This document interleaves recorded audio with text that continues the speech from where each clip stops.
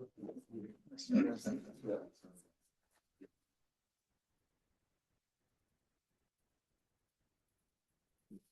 of the this meeting of the Colorado River District Board of Directors and the Enterprise will now come to order. Excellent. Thank you, President Catlin. If we can go ahead and take a roll call. Great.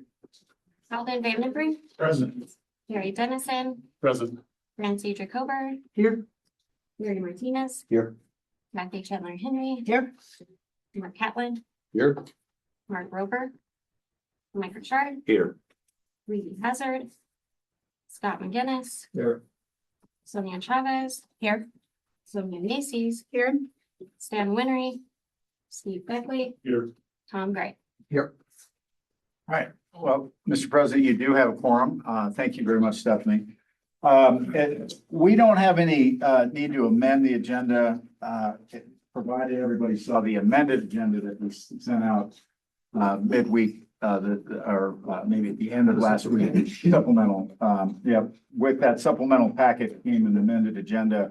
We added a new item to the staff report.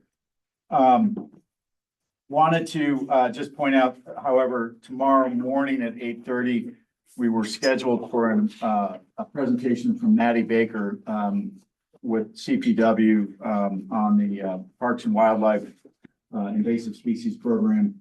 Maddie is unable to make it, and unfortunately, chances are my general manager and staff report will carry over into tomorrow morning anyway.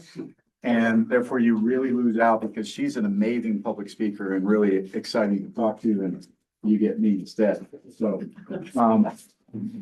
but that's that'll give us a little more time to get through some fairly meaty stuff on this agenda. Do want to just indicate item number 2 on the agenda is the director's credentials. We did receive Moffett, Pitkin, and Sawass County credentials after the last quarterly meeting, and they were all appropriate according to your secretary, which happens to be me. And you don't need to vote to approve them. We just wanted to notify you that we have them and have accepted. Mr. President, we're on item number 3, the consent agenda. We need a motion for the consent agenda. Approve the consent agenda. Mr. Chair, can I ask that the Information and Outreach Committee meetings minutes be pulled from that consent agenda? The outreach Make a committee. change. Information and Outreach. Sure, we'll pull those and address those separately below. I'll make a motion to accept the consent agenda items with the exception of the Information and Outreach Committee meetings minutes. All right. All those in favor? Keep aside. Well, I'll second. Second. Yeah, the motion from Chavez, second from Chavez, Macy's. second from Vandenbrink. Okay. All those in favor? Aye. All those opposed? Motion passes. Take up the minutes from the Information and Outreach Committee meeting, January 21st, 2026. Mr. Chair, can I ask that the meeting minutes please reflect the agreement to meet on Wednesday at the July meeting of the Information and Outreach Committee as an action item that came out of that meeting? Thank you for catching that. Director Chavez. We need a motion to do that. Just, yeah, make a motion to amend and approve those minutes as amended. So moved. Yeah, Motion from Kathy. motion from Chandler Henry, second from Beckley.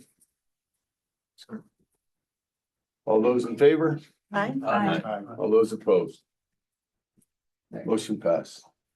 Moving on to the item number 4, the general counsel's report. Peter. Thank you, directors, President Catlin. I would make a recommendation to the board that it convene into executive session pursuant to CRS section 24-6-402, paren 4B and E, to discuss the items listed under agenda 10. I know that Director, the first item we're gonna take up is the Shoshone matter. And because it contains continuing statement of opposition, and I believe that Director Jacober has agreed to recuse herself from that discussion. I am. Thank you. Thank you.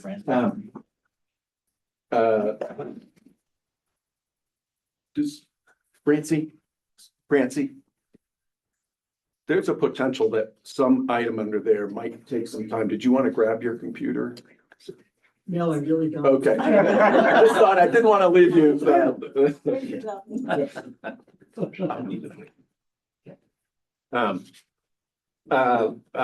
So yes, motion, please, if the board so.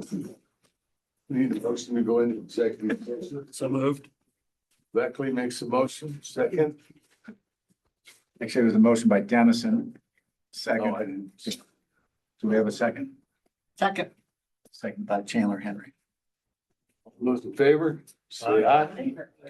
Give us a moment to, oh, I'm sorry, go ahead. Go ahead. Just gonna say, give us a moment to. Peter, I haven't stopped recording. Do you want to say for the record that? Once people are up. Well, say, for the record, the substance of the discussion in executive session, it constituted attorney-client communication for which no further recording needs to be made. Thanks. So all we have to do is come out of We're recording. executive session into the public session. And you're letting people in. They're admitting right now. Now we're informing the public that Yes. join the meeting. outside, I think there might be people upstairs too. Thank you, directors, for your patience in the long executive session discussion. During the executive session discussion today, the River District discussed with council the items listed under Agenda Tab 4. I would note for the record that Director Jacober recused herself from the discussion of the discussion under tab 4A. And Director Dennison recused himself from the discussion under tab 4E. In order to help catch up, because we've got a lot of other items to discuss today, we would propose that the board postpone discussion of the items for potential action following executive session and the other items listed under your public report tab for potential action until tomorrow morning to allow the board some time to talk about some of the very important drought management activities and other issues that are on your agenda. We will circle back to those tomorrow morning if that is acceptable to the board. Sounds good. We don't know. I think we can just move that down the agenda. Yes, sir. Thank you. Next item on the agenda, Mr. President, is public comment, if you want. Well, we'll open the meeting up for public comment. Really, the public has something they'd like to Hi, address the board with. good to see you guys again. I would stop by and see what's going on. Great. Anything of interest? Nothing at all. No, Mr. okay. Mayor. For those who don't know, that's David Merritt, our former engineer at the River District and former board member from Garfield County, former president. And behind him is Ray Tenney, another former senior water resources engineer at the district and man of many thoughts.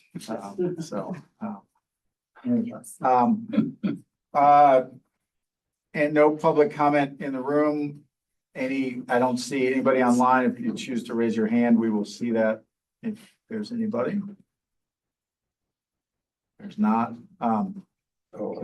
Do want to apologize to the public for going so long on executive session. There's an awful lot going on the Colorado River right now, so we apologize. Not our preference to have that long of an executive session. We're going to turn to the staff report. Just a note to the board. it is no longer labeled general manager's report because it is from the entire staff. More appropriately than that. We're gonna bring Zane Kessler up to the table and cover the Crystal River intergovernmental agreement under 7A. Mr. Kessler. Thank you. In your packet is a final draft of an intergovernmental agreement contemplated to be signed by the River District, Picken County, Gunnison County, the Town of Marville, and the West Divide Water Conservancy District. I just want to point out, it's in the supplemental packet that the board received. It is, the memo is at page 17 of 22 in that supplemental packet. Any members of the public who desire a paper copy of that? Stephanie, do you have copies, and where might they be? Staff is asking that the board execute the Crystal River intergovernmental agreement. This is a locally driven outcome of a multi-year stakeholder process that the district has been deeply involved in. District has, and I in particular have served on the steering committee of the Crystal River Collaborative since 2023. We were a founding governmental entity of that collaborative process. Process really brought together counties, municipalities, water users, landowners, and conservation interests in response to long sought advocacy by our constituents in the Crystal River Valley for some greater levels of protection for that river. The goal was pretty simple: to identify durable protections for the Crystal River that reflect community values while also protecting existing water rights and local control. So what the IGA does in plain terms is it's a policy commitment amongst those local governments. And it commits the parties to, one, not support new main stem dams on the Crystal River, which is one of the state's last undammed free-flowing rivers. And it commits the parties to oppose new trans-basin diversions out of the basin. It does not affect existing water rights, and it creates no new authority over private water users. Why does that matter to the River District? I think it aligns with the core district principles to be responsive to our constituents, to support local and basin-driven solutions where appropriate, and to again maintain existing protections for existing water rights and existing water users. It's a practical, immediately actionable tool that reflects consensus of the governments of jurisdiction in the Crystal Valley, and again is responsive to those constituents and those stakeholders that were participants within the collaborative process over the last 30 years. So staff's recommendation is to move to support the IGA or execute the IGA.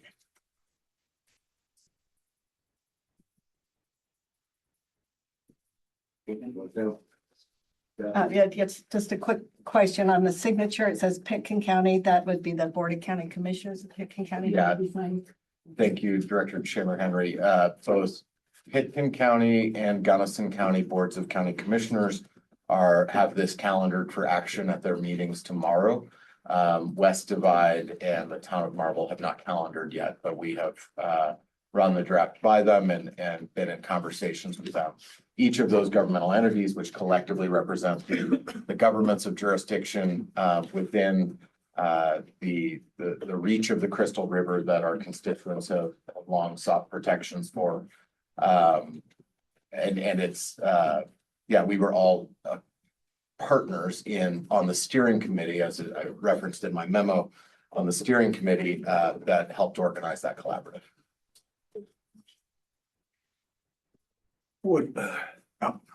Yeah, I would encourage you to approve this. It's been a lot of work to get to this point. It came to Pitkin from Gunnison. I'm assuming Gunnison is going to sign it. I can't predict the future, but we're definitely going to sign it tomorrow.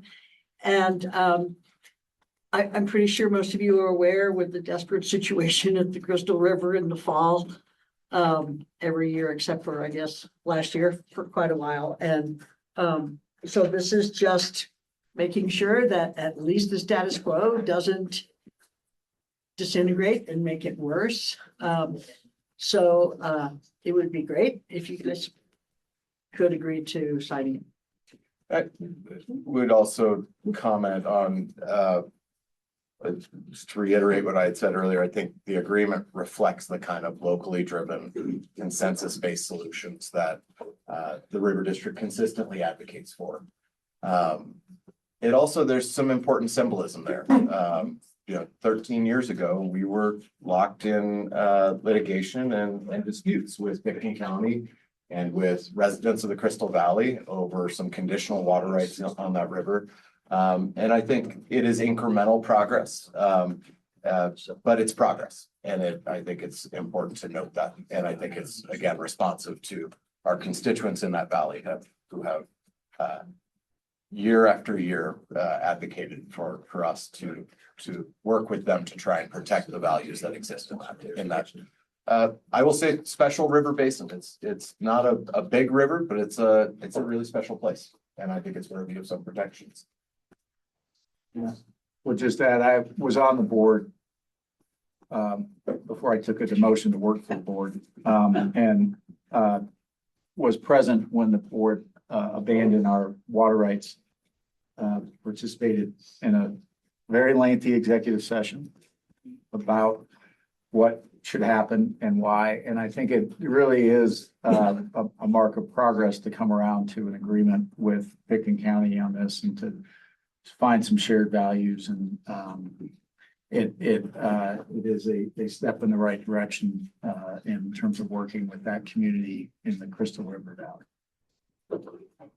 And frankly, with West Divide, who, along with us, were components of the what was then a trans-basin diversion planned out and some large dams planned out of the Crystal. Yes, ma'am. Sounds like very strong collaborative work that seems to tie up some loose ends. Are you ready for a motion, Mr. Chair? Yes. I will move that we accept the staff recommendation that the board approve the attached intergovernmental agreement associated with the Crystal River Wild and Scenic and other alternatives feasibility collaboratives. Second. Who was the second, Kathy? Thank you. All those in favor say aye. Aye. All those opposed? Motion passes. Man, do you remember the work? Thank you, Zane. I appreciate it. Yeah. We're gonna next turn to Colorado River interstate and intrastate matters. I wanna maybe just summarize the memo in the desire to save a little bit of time. As has been widely reported in the press, the 7 states have not reached an agreement and in fact are not meeting in person and not talking to each other about substantive issues with respect to the operating guidelines for Powell and Meade. The Secretary of Interior's office continues to say that a consensus solution is the best path forward, but the time for that has narrowed. The commission or the Secretary's office indicates that they will issue or plan to issue a final environmental impact statement on those rules, which will have the preferred alternative identified in June of this year, towards the end of June, with a record of decision expected in July. So fairly quick action under NEPA. I think Al wishes he could get that kind of review speed. We think it's frankly a failure of the negotiations to not have the 7 states talking to each other. We think that it is absolutely critical that a consensus solution be arrived at. The negative implications to our district and our water users are really significant. Without an agreement that contains some kind of enforceable waiver of compact compliance claims, Arizona's made it very clear that given the hydrology this year, we are going to end up in the Supreme Court before December of this year, with all 7 states in the federal government. Allowing that to leave the hands of the states and putting it in the hands of the Supreme Court and the Department of Interior is, in my mind, a failure by all of the negotiators involved. And I think that's really unfortunate. I think that, we would encourage them to go back and talk and negotiate and find a solution. The other major negative, things that are heading our way are some, likely extension of federal authority, or at least the attempts to extend federal authority up into the upper basin. What that will look like under the current or future administrations is really hard to figure out, but it may involve many of our federal, at a minimum, many of our federal projects being at least attempted to have their efforts, their storage of water and their diversion and application of water interfered with by the federal government if they're federal projects. We have quite a few very important federal projects on the West Slope that are at risk. The federal government's made it clear in their what is the basic coordination alternative in the January EIS or draft EIS that they issued, that that's what they think their authorities lie. All they said there was in this one little chart that just said unspecified. They will take unspecified actions above Lake Powell to preserve the Glen Canyon Dam in its integrity. When asked and pushed on that publicly and privately, they're very tight-lipped. And they're intentionally tight-lipped because I think they are getting ready to come after some water resources in the upper basin that we viewed as ours, although they might have had federal money to build them. Maybe enough said on that. The additional issue is that if we're in a compact litigation and we haven't reached an agreement, we can expect any municipality, East or West Slope or elsewhere within our state, be seeking more secure water rights. Post compact water rights will be at risk in a compact litigation. That litigation will last potentially a decade or more. And during that period of time, we can expect responsible municipal water providers to look for reliable water supplies. Those of us like the district who have in our policies the value of West Slope Ag and as a value of the district should be very concerned about the lack of an agreement on these operating guidelines. We continue to voice our desire to see that settlement and some negotiations occur. We're hopeful that our state will find a way to lead those discussions and find some solutions. We want to stop there if there are questions or comments on that discussion before I move on to talking particularly about the conserved consumptive use, which I'm going to ask Amy to cover. But anything on the negotiations? Okay. Or maybe I'll tee this up. It is likely that should there be a negotiated agreement, whether it's this year or in the near future, any agreement would include a conserved consumptive use program. This district has done a tremendous amount of work in that arena on what it might look like and how it might function, but I'll let Amy give you an update on that. Yeah, absolutely. So at the River District, we have maintained that, our most proactive and productive approach to any conversation surrounding demand management, system conservation, conserved consumptive use is to engage in these conversations to ensure that any program, should it be developed, is done thoughtfully and intelligently so that it minimizes any long-term impacts to our communities and productive agriculture.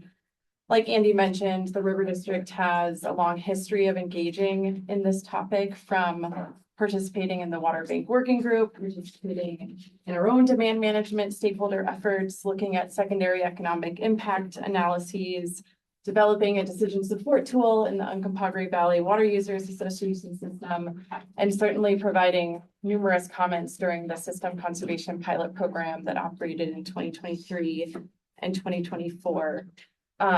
So while we believe that, we can support looking into creative opportunities to conserve water, again, we've maintained a set of principles that these programs need to be operated in a manner that mitigates negative impacts. And so what we've included in your packet is really a living and evolving document of a set of program principles that we've been developing that really encompasses this entire body of work that we have developed over a decade of looking at these issues, but also sitting down with our water users to develop these principles that we think would be essential components in any legislative solution that would develop a consumptive use program in Colorado. So I think to save time, I don't want to go through all of these one by one, but they are in your packet. We're happy to answer questions. And certainly this document will continue to evolve as we have conversations with water users and as this issue progresses. That draft document is located at page 171 of your PDF packet. Sorry. And you want to? Nope, I think you did a great job.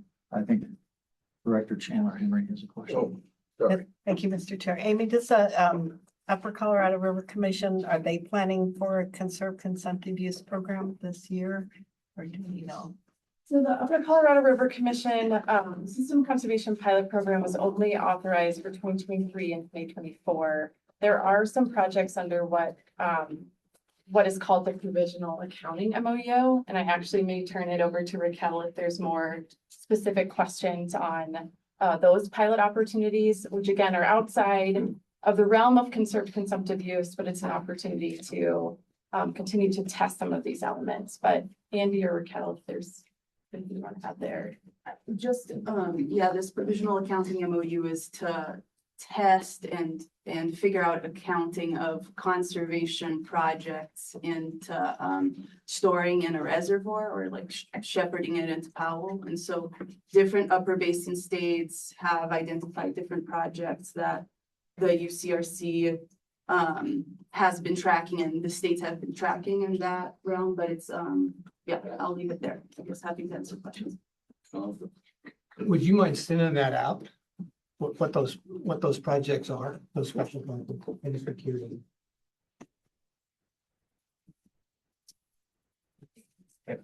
Andy, I wonder while we're here, if we move item C on Shoshone to give an update on funding ahead of the consumptive use. You want to jump in front of Raquel?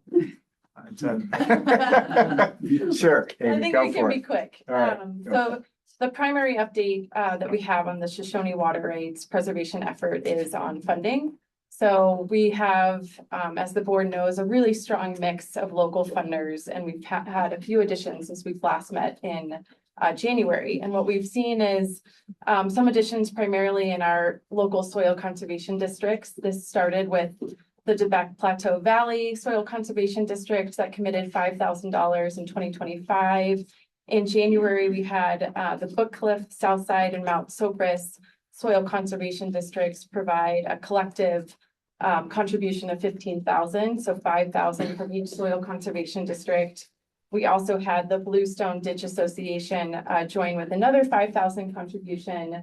And just recently, after the drafting of this memo, we welcomed the Eagle County Conservation District, which provided a contribution of $10,000. So we just recently released a press release thanking those local entities for their contributions and celebrating that with those additions of local funding or local funding contributions, we're at 40 local contributors that's outside or in addition to the River District, in addition to the state, which I think is just an indication that this coalition continues to grow. It continues to be broad-based, and we continue to reach landowners on the ground that are recognizing the importance of this effort. So again, we're at about 17.3 million of local contributions with 40 different entities unanimously across all of their boards and commissions supporting Shoshone financially.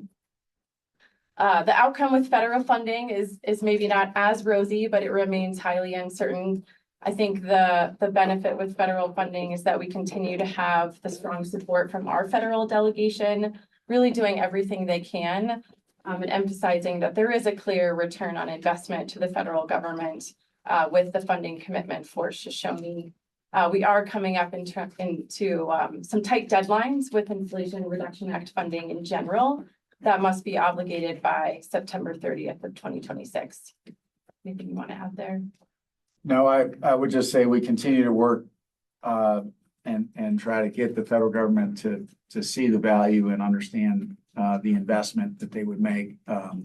We're developing alternative funding strategies, and we'll continue to do that to make sure that the West Slope does not have a hiccup when it comes time to paying for this asset once it gets through the water court.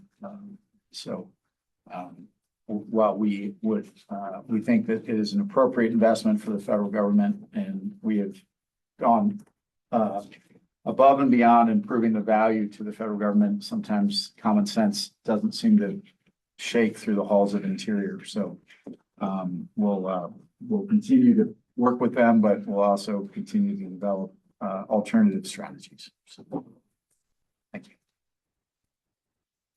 All right, we're going to turn to a consumptive use data analysis. This is something that the board has asked our staff about a number of times before, and we've talked about. Raquel and Stephen have done a tremendous job of analyzing this work and working through it.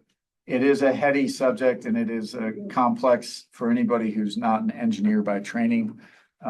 It is, and I think these two will do a good job explaining it, but it is some parts of the way in which you calculate consumptive use is, at least to me, beyond common sense, but that's it. They didn't ask me about it. That the Bureau and the states who compute it this way did not ask me about it. We have talked long and hard about it. Go ahead. Thank you. Yes, and as Andy mentioned, the board had asked us to look at consumptive use and how it varies throughout the years and how dry years impact consumptive use. So this is just a brief agenda of what we're going to be looking at. We'll be looking at agricultural diversions on the West Slope, what consumptive use is. It's not a straightforward concept. What agricultural consumptive use looks like on the West Slope. And the last will be upper basin consumptive use. So for most part of our presentation, we'll be looking at consumptive use limited to agriculture on the West Slope. So this first slide looks at diversions on the West Slope. And as you can see, in wet years, more water is diverted. In dry years, less water is diverted. You can see some examples of years. So 2002 has the lowest diversion record on the West Slope. 1993 has the largest, and you can see a couple of other years called out. And this does speak to at least part of the water users' experience that in dry years, there's less water to put to use compared to wet years. And you could think that this translates to consumptive use trends throughout the West Slope. But that's not necessarily the case, and we'll look into that. But first, let's talk about what consumptive use is. So to do that, we need to talk about evapotranspiration. Evapotranspiration is the sum of evaporation from the land and transpiration from the plants. So is this flux of water vapor from the surface to the atmosphere. But there are two different inputs of water to your system. There's precipitation that falls on your land, on your plant, and there's also irrigation water that is applied to your field. So when we talk about evapotranspiration, we can split it into these two pieces. The evapotranspiration that comes from precipitation, and that is called effective precipitation, the part of precipitation that's actually used by your plant, your crop. The second piece is evapotranspiration that is possible because of the irrigation water that is applied to your field. And that is what consumptive use is. So consumptive use is the part of the evapotranspiration that is tied back to the irrigation water applied to your field. Hopefully that all makes sense. Okay, so and I should actually, I want to highlight a couple of things linked to what Andy briefly mentioned. This methodology of calculating consumptive use is what is used by the Bureau of Reclamation when accounting for consumptive use throughout the Upper Basin and throughout the Upper Basin states. It's also the methodology used by the state if you are going to change a water right. This is the methodology used. So effective precipitation is subtracted from evapotranspiration, and what is left over is the consumptive use, and you can change that piece of your water usage. All right, so let's look at evapotranspiration. Here the graphs start, I will warn you. Let's look at evapotranspiration and how it looks like throughout the years. So this is the graph you have. It's agriculture on the west slope, evapotranspiration over time. And we're breaking each bar into the effective precipitation piece, as we've talked in the previous slide, and the consumptive use piece. So consumptive use is the light blue pieces of these bars. Dark blue is effective precipitation. And this data set is from the Bureau of Reclamation in partnership with the Desert Research Institute. This evapotranspiration we're looking at is actual evapotranspiration. So this data you can actually have access to through OpenET.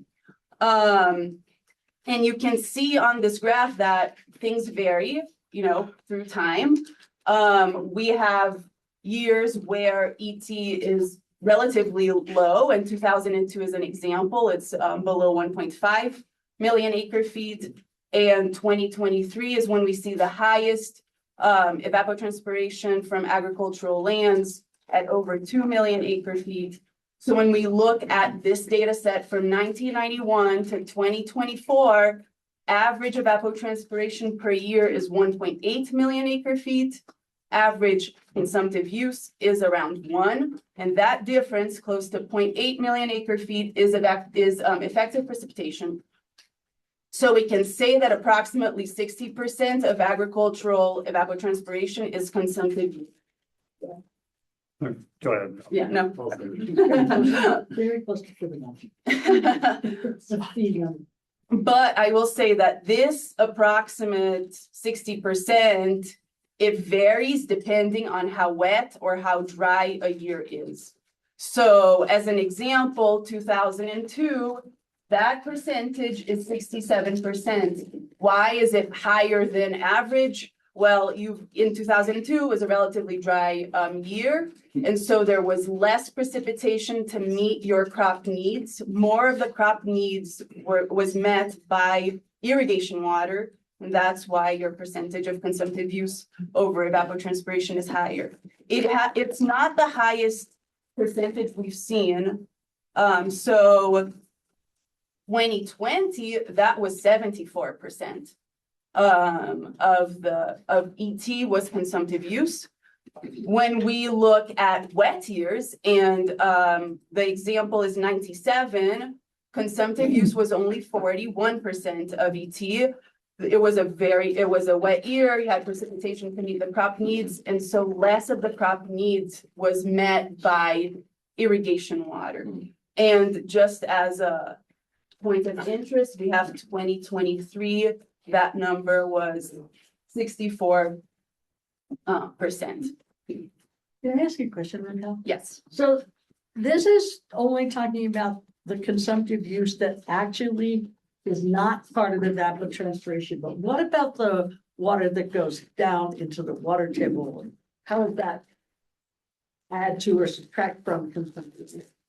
So as part of this model, and Stephen, if you want to add to it, I'll start with, the model we use for calculating consumptive use does have carryover soil moisture. So if you had a month where you had precipitation, only a piece of that was used by your crop and there was leftover moisture, that the model allows for that accounting. The water, though, that percolates beyond the root zone and becomes groundwater, that is not accounted for as consumptive use.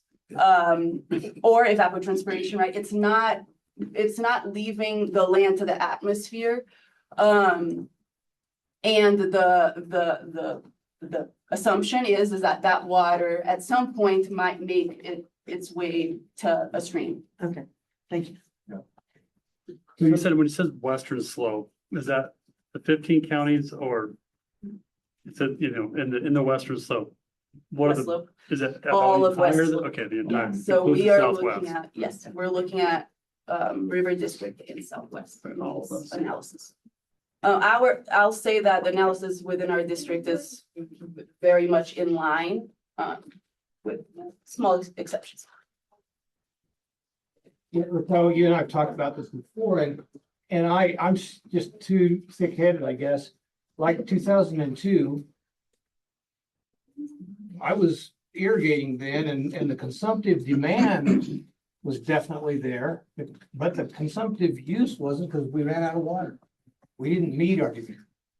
So I think this is a good question. I think there are two things. One is that in a dry year, when you are diverting water, more of that water is being accounted for as consumptive use, less of it is becoming return flows. So even though you may be diverted for less time, you'll have that more of it proportionally being accounted for as consumptive use. The other piece is that we're looking at all of West Slope, and some areas have reservoirs that they can rely on and that can meet part of their demand. For sure. Okay, so moving forward, we're gonna look at how evapotranspiration varies with natural flows. This is a similar plot to the first plot you saw that was looking at diversions and how that was changing relative to natural flows. And similarly to the diversion plots, we see that in wet years, evapotranspiration is higher. In dry years, evapotranspiration is lower. And you can see also some example years. 2002 has the lowest, had the lowest diversions, also has the lowest evapotranspiration. 2023 has the highest evapotranspiration. That was not the year with the highest diversion. So there's a misalignment, I'll say. So, okay, this plot is the same. So you're looking at evapotranspiration with natural flow and how those two, when one goes up, the other one goes up. And we're going to look at other variables and how they also trend or do not trend with natural flows. And natural flows are an indicator of how wet or dry a year is, right? So when we look at effective precipitation versus natural flow, we see a similar trend. Wetter years, higher natural flow, effective precipitation is higher. Dry years, effective precipitation is lower. When we look at irrigated acreage, also a similar trend. In wet years, irrigated acreage is higher. In dry years, irrigated acreage is lower. So, that makes sense. And what producers throughout our district, throughout the West Slope, beyond our district, every year are making decisions on how much to irrigate. And in dry years, decisions are made to irrigate less than in wet years. And so this is the trend that the data is also showing. Now, when we look at consumptive use and natural flows, there is no trend. There is no relationship that the data shows in wet years, consumptive use is higher, in dry years, consumptive use is lower. It's a flat line. There is no trend. And why is that? I think there are two, yes. You have a question from Director Vandenbrink? Please finish. I think and that was kind of a preemptive because I think you're going to answer it. Okay. Well, maybe, we'll see. At least part of the reason we see for this being the case is that in dry years, important decisions are being made, right? And so if decisions are made to irrigate less acreage, that would indicate that your consumptive use would go down if you have less acreage being irrigated. But at the same time, in dry years, you have less precipitation, and so more of your crop need is being met by irrigated water. So there's kind of a tug to some extent. And I think that's part, at least, of the reason why we see no trend between consumptive use and natural flows. Not sure I answered your question. Nope, that's all right, though. I'm sorry for the quick arm. This is something that I look at as well, and I watch just basically on the White River. Since 97, we've had a 44% reduction in ag lands. 97 was a bad drought. It seems to take a period of years for the ranchers to kind of come back, or the irrigators to come back and say, I want to irrigate, I want to farm that field there. Have you tried to tickle that out of any of your analysis to see, is there a time period that irrigators need to have in order to say, trust the system for their investment that they're going to put back into that field to get it back into production?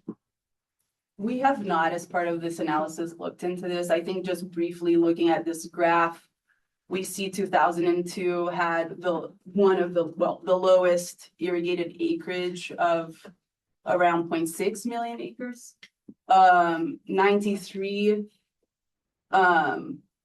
97 had really high.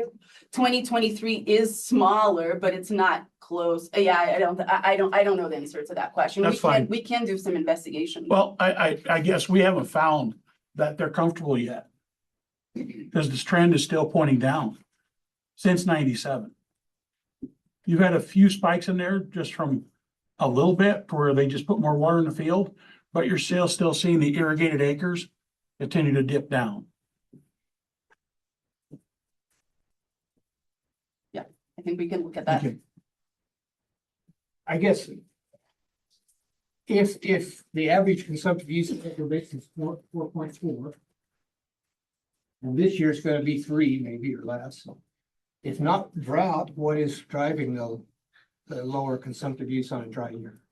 So what this graph and the next graph, actually, let me move to the next graph, and I think we can talk about that.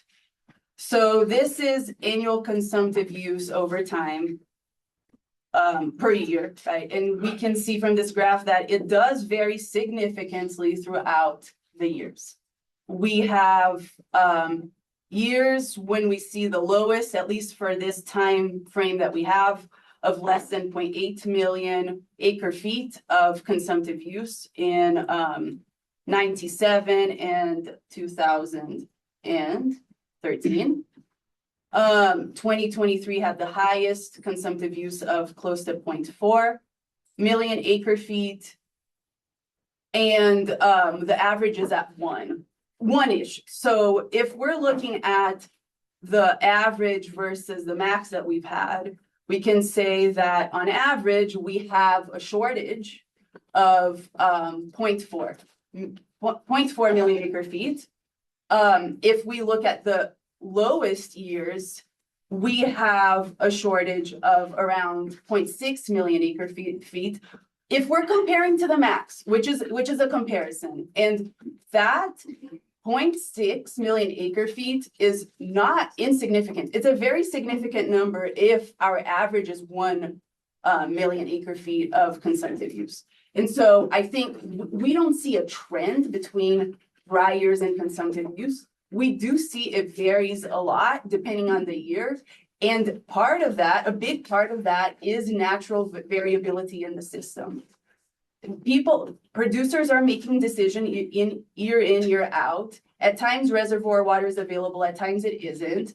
And all of that plays into consumptive use. If there was consistent water supply year in, year out, we would, in my opinion, most likely see a flatter consumptive use through time. And in the lower basin, if you do look at consumptive use in the lower basin, you do see a flatter time. You don't in the recent past because they're now in shortage tiers, but for a long time, they were close to a flat line of their consumptive use.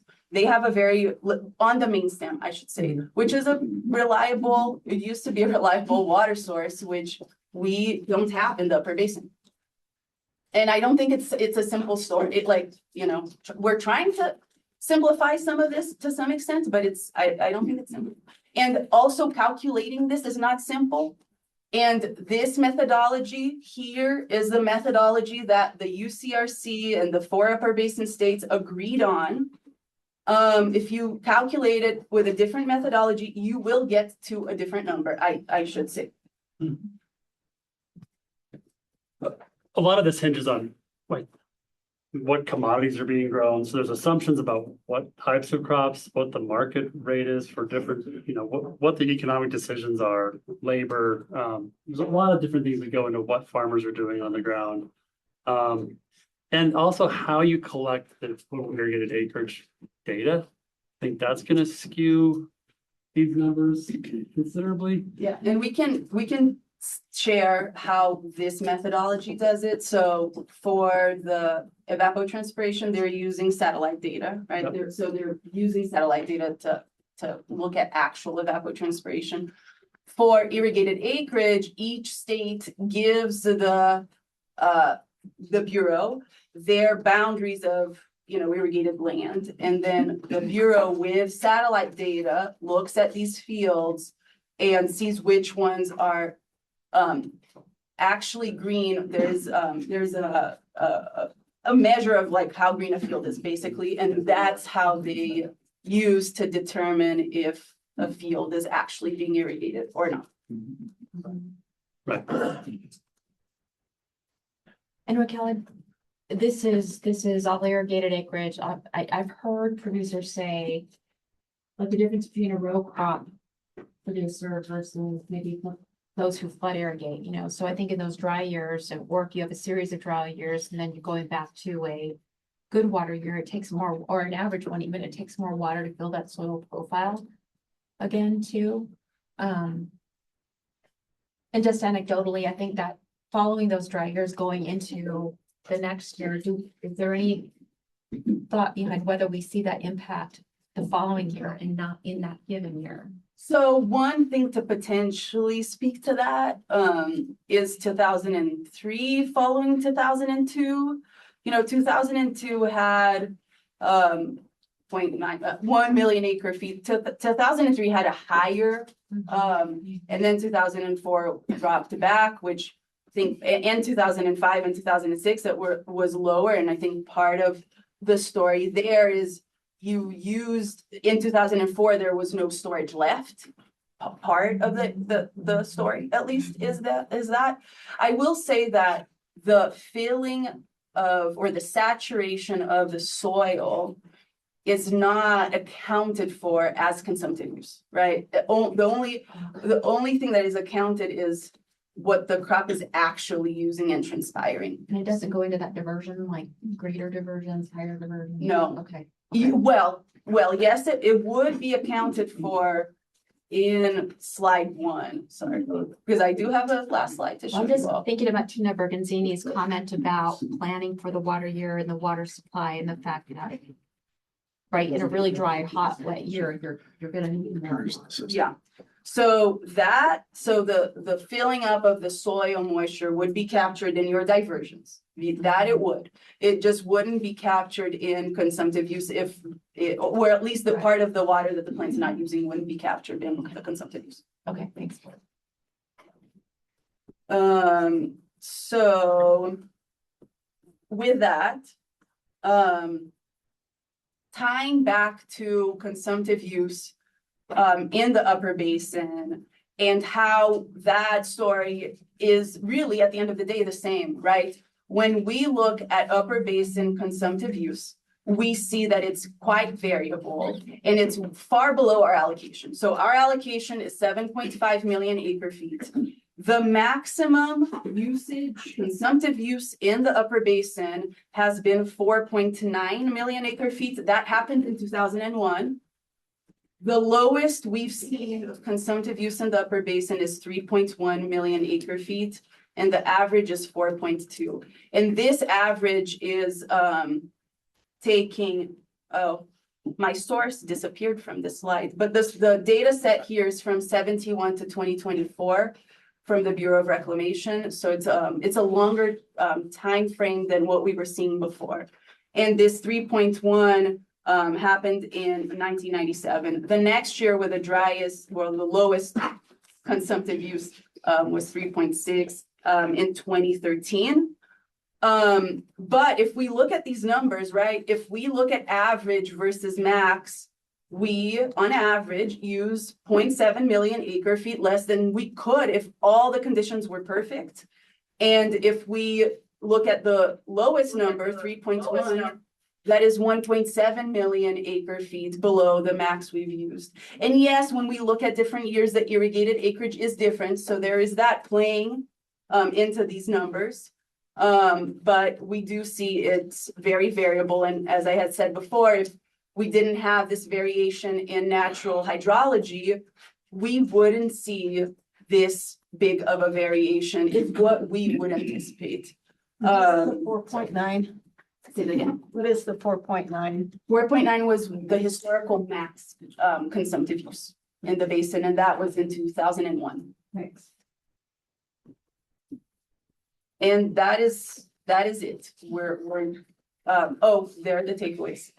So yes, as we've seen, wet years, more water is diverted, dry years, less water is diverted. We see no trends between consumptive use and natural flows, but we do see that consumptive use vary significantly over time.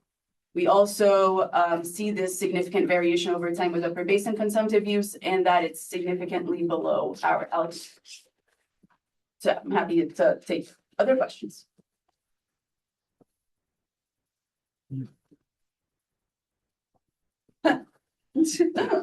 Well, we're kind of sitting here trying to figure out just what the hell you said.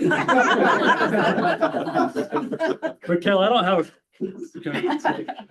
a question so much as I do think this is really important. It sounds like, I feel like we've been beating this, like, keep talking about this over and over, but it is really important that water users understand consumptive use. And just this week, I mean, this is a really bad year. We're not going to see a lot of diversion. There's going to be really low consumptive use, I would assume, across the board.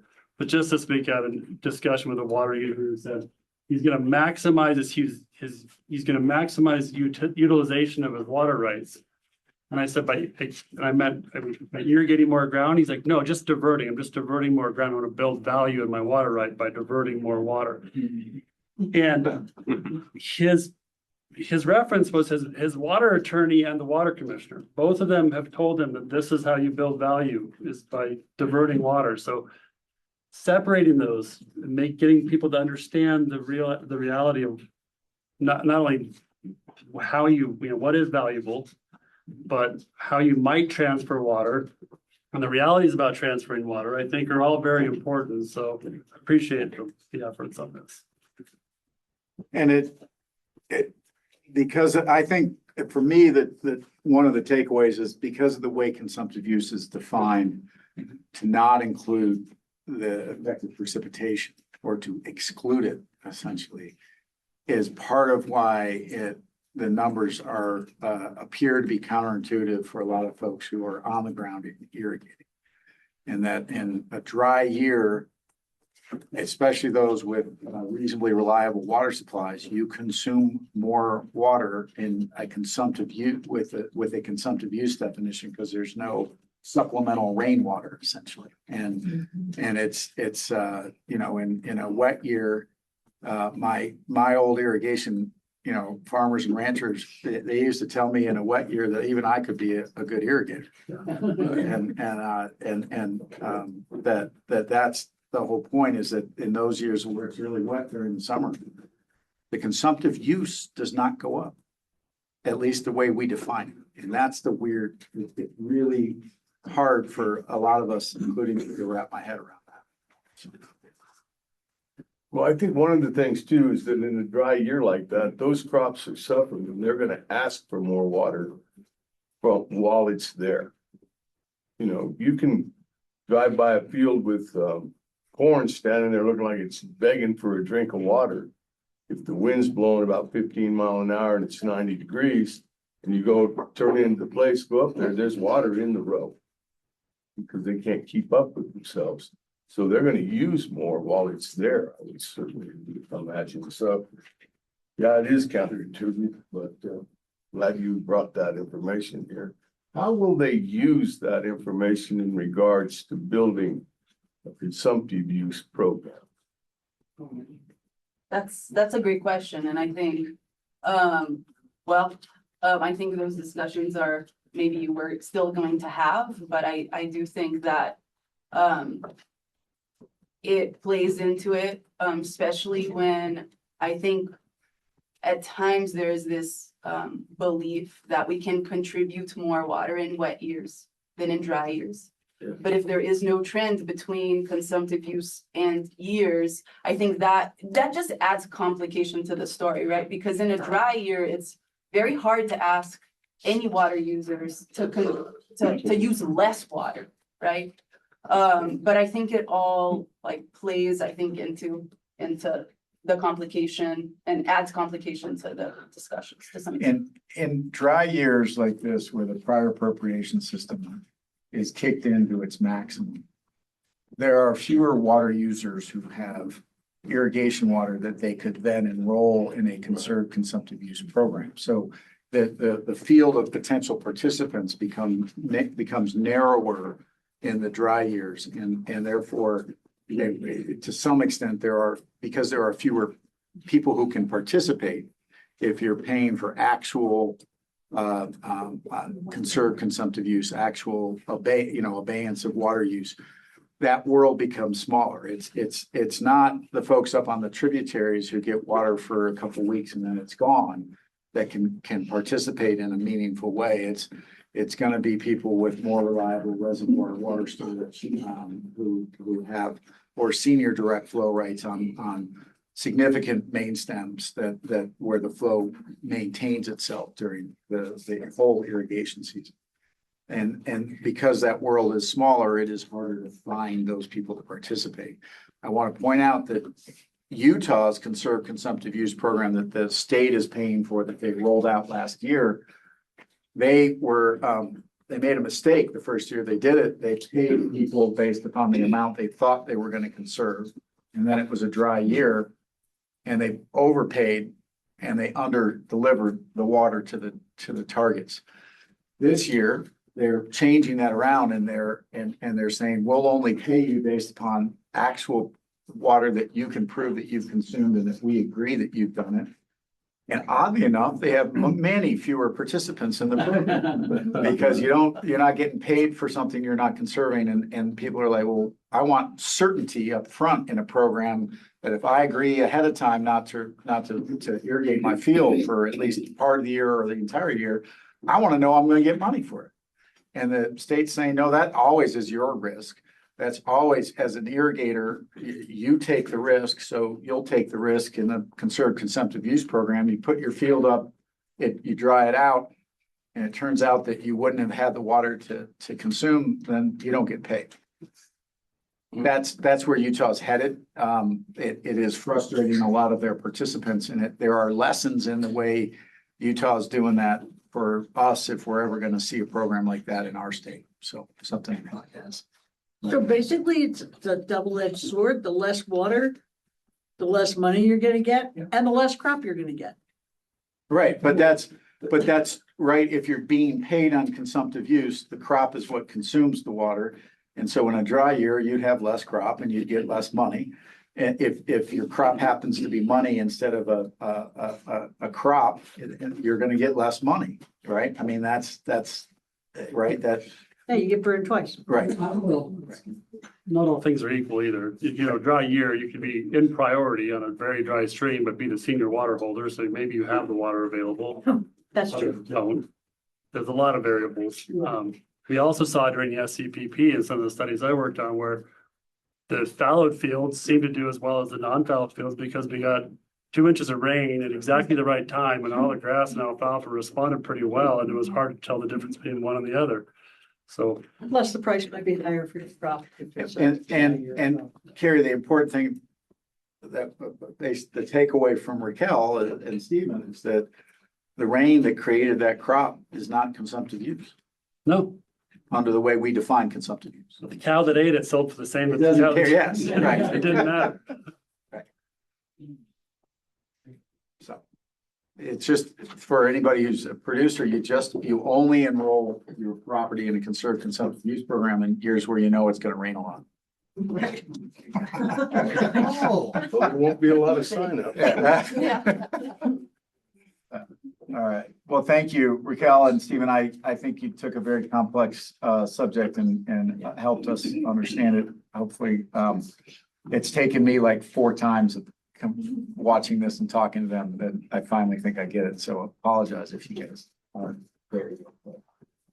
Will the slides be made available? Yes, the slides. Yes. Yes. Yeah. I'm glad I'm not the only one.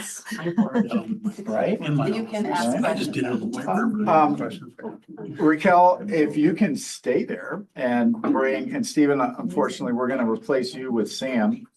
And we're gonna talk about, we're gonna go from something that's at least objectively really interesting to something that is a little bit more depressing, the current state of our hydrology in our tributaries and in the Colorado Basin as a whole. And this will set us up for our drought discussion, drought mitigation discussion, so.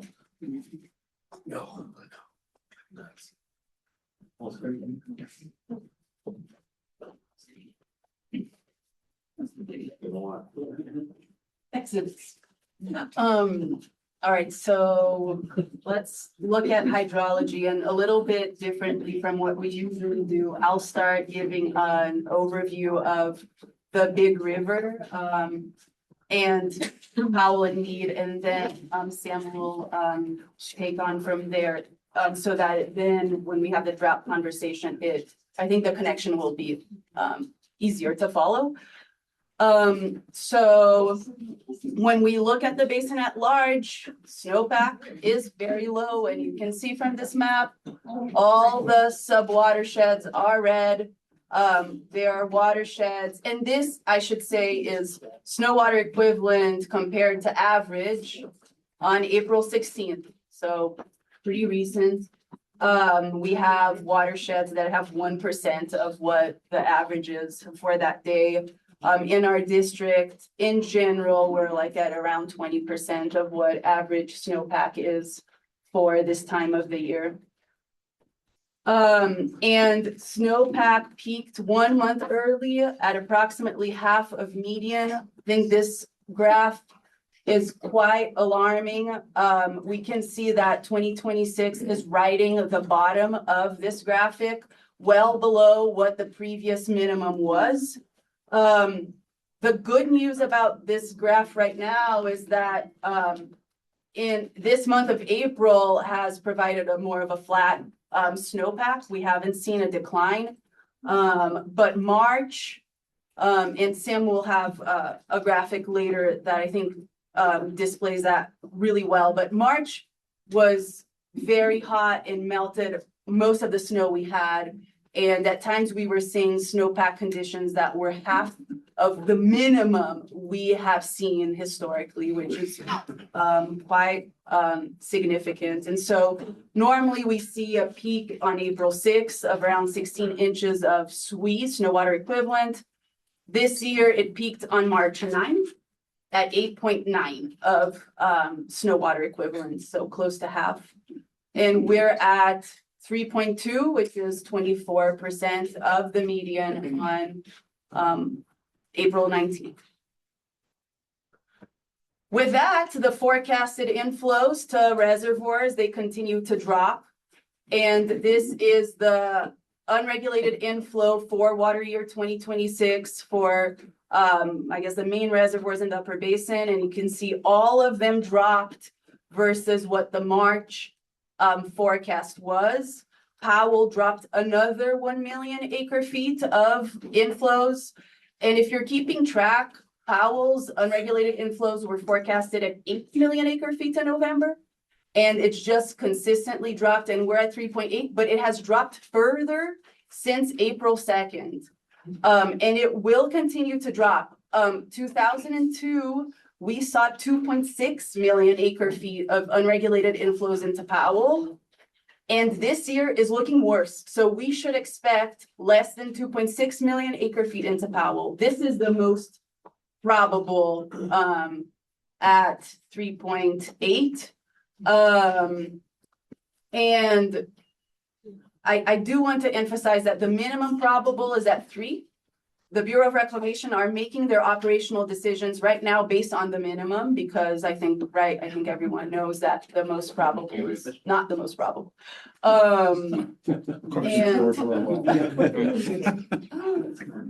And so just to highlight on what Lake Powell conditions are, Lake Powell is currently at elevation 3526.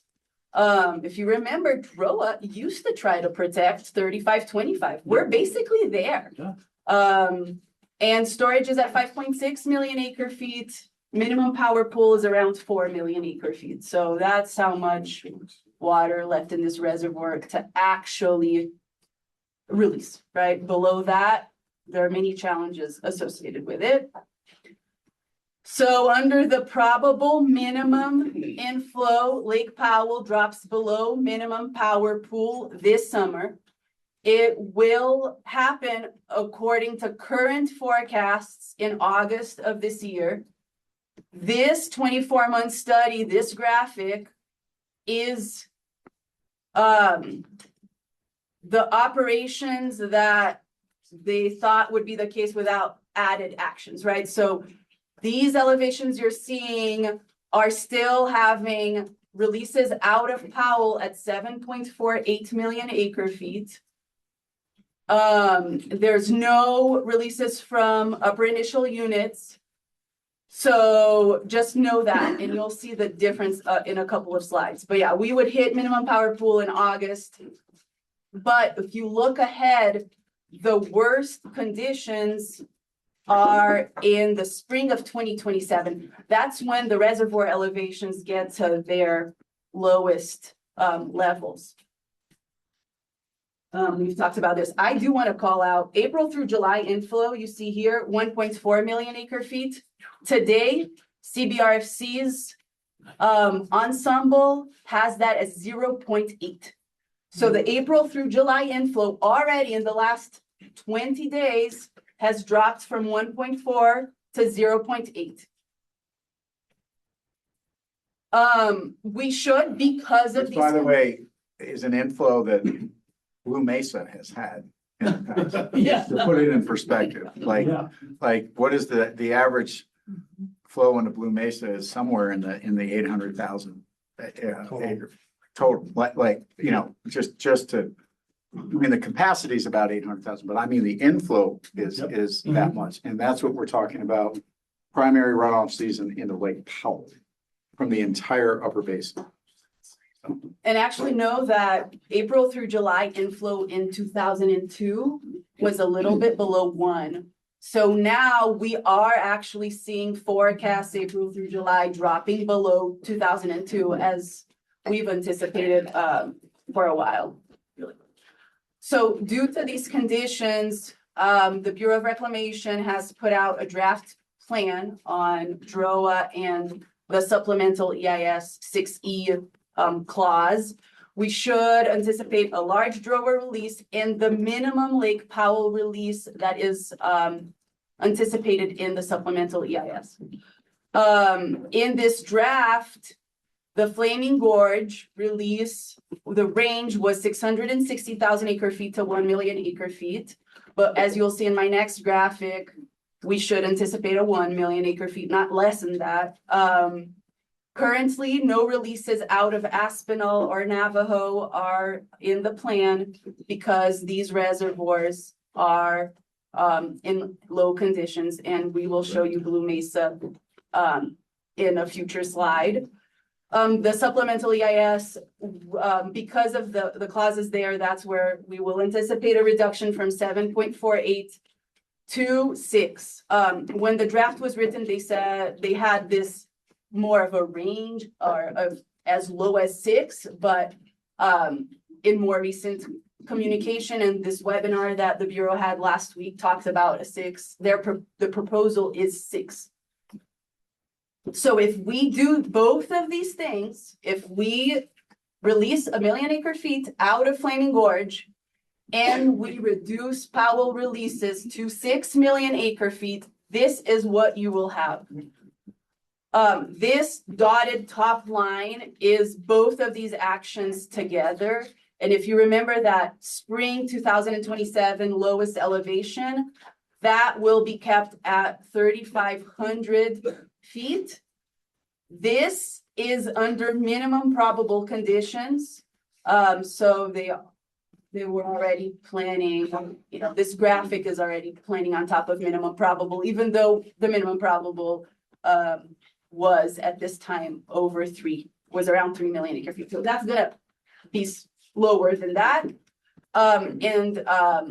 In 2027, the Bureau might make decisions to reducing releases out of Powell again, so that they so that Powell doesn't go below 3,500 feet. And end of this water year, this is the second circle you see, it would be above 3,500, around 3,515-ish feet. The last slide before I turn it over to Sam is on Lake Mead and how these operational changes at Powell will impact Mead. This graph you're seeing here also does not account for a 6 million acre foot release out of Powell. This is 7.5 million acre foot release. So all of these lines you're seeing of projections of Mead elevation, they're going to drop. And they're not going to drop insignificantly. And two lines I want to show here is at elevation 1035, there's significant loss of power production at Mead. Their power production falls by 70% at this elevation. And if Lake Powell's outflows are at 6 million acre feet, we are going to hit that elevation sooner rather than later. And the other important elevation is 1025. That's when ICS no longer is they can't release ICS water. Intentionally created surplus. So that water, it becomes system water at elevation 1025. And you can see under 7.5 million acre foot release out of Powell, we were projected to reach that elevation end of 2027, and that will happen before that. Great. I'll turn it over to Sammy. All right, I'll bring it closer to home on the west slope. Is it more cheerful? Fine. Not so. Just keep bringing the bad news. Oh, there it is. It's on a good 2-year streak. Yeah, that's. Yeah, so that red map on the left, you might have seen that before. That's the water year to the end of March temperature range. So that is the darkest it gets. That is record warmth for this period across the entire state of Colorado. We saw that earlier in the water year, and that has returned that heat dome that we saw in March. And then on the right, this is again precipitation for the water year plotted on the horizontal axis across the bottom. And then on the vertical axis, this is average temperature for the water year. And you see 2026 is that star at the top. We are way out as an outlier. Not even close to the central cluster. And I put a couple circles around historically dry years. And you can see they're nowhere near 2026 in terms of warmth. 1977 was quite a bit drier. So that's what you might call a dry snow drought. It was really due to lack of precipitation. This year, the conditions we're seeing are partly due to lack of precipitation, but in large part due to the warm temperatures that we're seeing, the record temperatures. So on the left here, this is roughly peak snowpack across the west slope. This was from March 8th, which is about a month early, as Raquel pointed out earlier. And so we had about 60% of the average at that time. I'll show a plot that makes a little more sense. Fast forward to today, we're at a quarter or less as a percent of average snowpack. And just bringing up this plot that Raquel already showed. I just want to point out what timing does to this. So you see where we peaked, we were at 60% of average. That number doesn't mean a whole lot, but when you look at it compared to historical statistics like this, you see that was already a record low for that day in the year. So that's where we peaked, and that was a month earlier than normal, which is part of the reason why where we are now, which is about a third of this year's peak snowpack, we are down to 10 to 25% of average. And so just looking at the water forecast, the runoff forecast that gives us, it's pretty bleak. The numbers aren't much higher, looking at well below average. And again, this is the snowpack we've seen is well below even 2002 or 2012. So like Raquel mentioned, we have a lot of 50%, kind of median, middle of the road forecasts that suggest we're going to get more water than we had in 2002. I don't expect that to happen. We had to have a very wet next couple of months, and that's not really in the outlook. And this is just a visual to kind of show you what that looked like on the ground, that melting out of the snowpack over March. So this starts at the beginning of basically the peak snowpack, and this just goes through the month of March through the 26th. So you see the snowpack almost entirely disappears. Still some at the higher elevations, but it's really 12,000 feet and above where we still have. Can you use that, Carrie?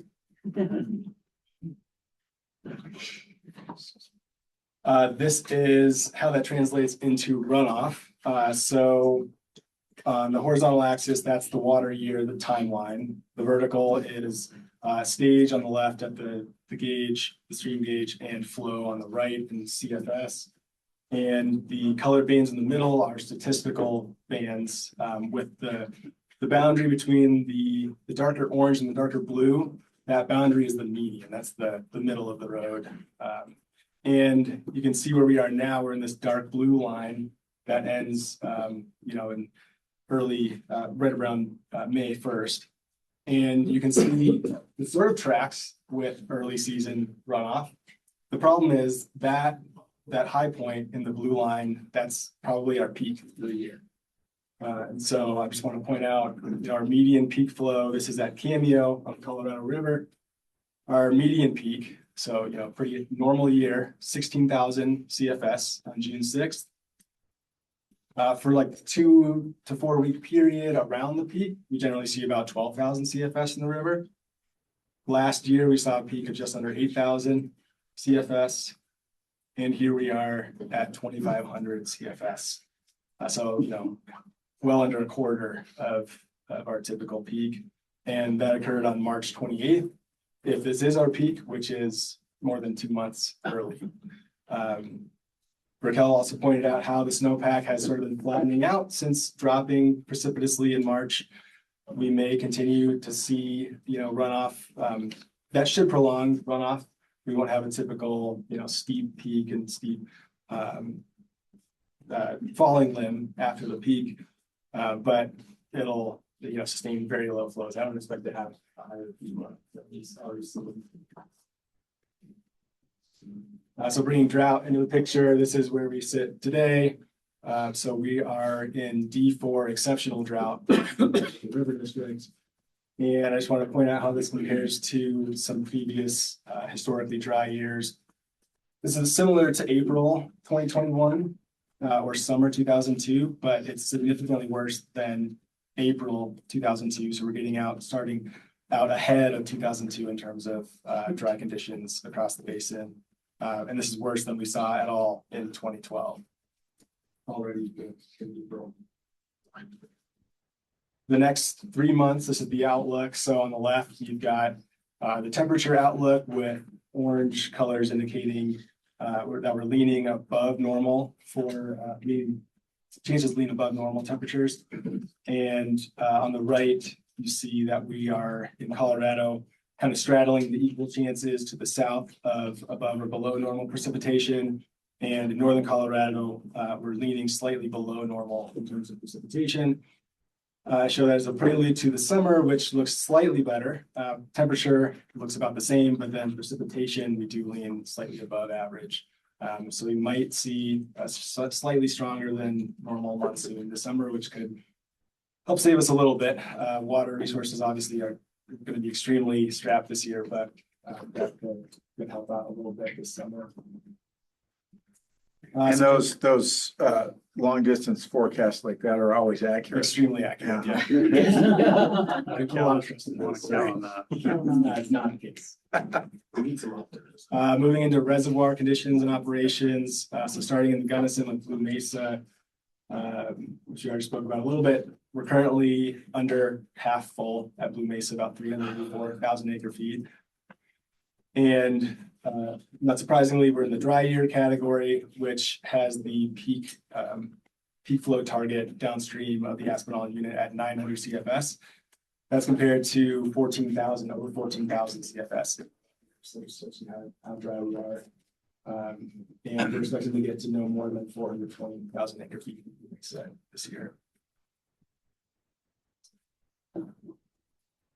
And these are the Bureau of Reclamation's projections going out from March, and they're pretty dire. You can see, I just want to point out on the previous slide. So these colored bands represent the historical kind of composite for the 1991 to 2020 period. 2022 was drier than the driest year in that period, so that's our low point on this plot. If you go forward to the projections for Blue Mesa, our 2022 minimum is right here, where the green dotted trace, that's our most probable case. That goes below our 2022 minimum next year, or excuse me, this fall. And then this is our winter target of 7,490 feet, and every projection is well below that. And of course, we're expecting the minimum projection here, the red dotted line, to be the most realistic. And that has us near the minimum power pool as early as this fall. And it's for this reason that Blue Mesa is not being considered for drought. A little more optimistic going for the Yamba Basin. This is Elkhead Reservoir. We did manage to fill Elkhead this year. I didn't try to empty it this year, so I'm just let nature take its course and helps fill that right up. I will say the April to July runoff forecast for Elkhead is already looking lower than 2002, and I expect that to continue to drop as the spring progresses. Releases expected this year. We do expect to release 7,000 acre feet for the recovery program, 2,000 acre feet for call prevention. That hasn't been solidified yet, but the Water Trust does expect to make that release. And then we've been talking with Tri-State that owns a significant portion of water in the reservoir. Their plans are sort of in flux. They're not entirely sure what to expect with the call on the river, but we do expect a long and deep call this year. So they're preparing to use essentially all the water that they have in the reservoir, which is just shy of 11,000 acre feet. And then for contracts, has sort of yet to be determined what exactly will be released. We do have 230 acre feet remaining uncontracted. We do expect that to be used this year. So we'll potentially draw the reservoir down quite a bit lower than usual this year. Onto Green Mountain. So this is where the bad news is back. So we are currently at 54,000 acre feet of 154,000 acre foot capacity. So just about a third. And we're not expecting to be able to store much more than that. Green Mountain Reservoir, the Shoshone call on the Colorado River has been sitting at the Green Mountain CBT priority for the last couple of weeks. We're discussing with the Division of Water Resources about how to account for that. But we are not expecting an appreciable additional amount of storage in Green Mountain. And I'll say we've been at that priority in part due to the Shoshone call relaxation agreement that Denver Water implemented this year. So that reduces the amount that Shoshone may call for. And so it allows more junior diverters upstream to divert more, one of which is Green Mountain. So Green Mountain did benefit a little bit from that call relaxation. But it's not going to amount to a whole lot. We still have a massive hole to fill in Green Mountain. What's the dead pool on that project? Is there one? Yes, I think it's 6,700 acre feet. And I'll actually mention that too here in a bit. First, the historic users pool. This is the major West Slope pool in Green Mountain Reservoir. Currently, depending on how we sort of retroactively correct accounting for the fill, while we've been sitting on their priority, it's roughly 10% full, which is really abysmal. We're not expecting to get a whole lot more than that. River District staff have been working with the Division of Water Resources and the HEP managing entities to do whatever we can to make sure that critical HEP needs are met, and that we can get them as much water as possible this year. The contract pool, this is another West Slope pool, about 10,000 acre feet, has no water this year whatsoever. So again, River District staff are working to find alternative sources for critical contract pools in Green Mountain. I just want to point out that real quickly on the historic user pool, it has never not filled. It almost didn't fill back in 2002, but it did end up filling. This is the first year that, and since the reservoir was filled in the 40s, that has not happened. And that is going to be a lot of the subject matter of our next discussion, which is drought mitigation efforts that we might engage in. But it really is a highly unanticipated development, to say the least. Yeah, users in the Colorado Basin rely extremely heavily on that pool and expect to have it every year.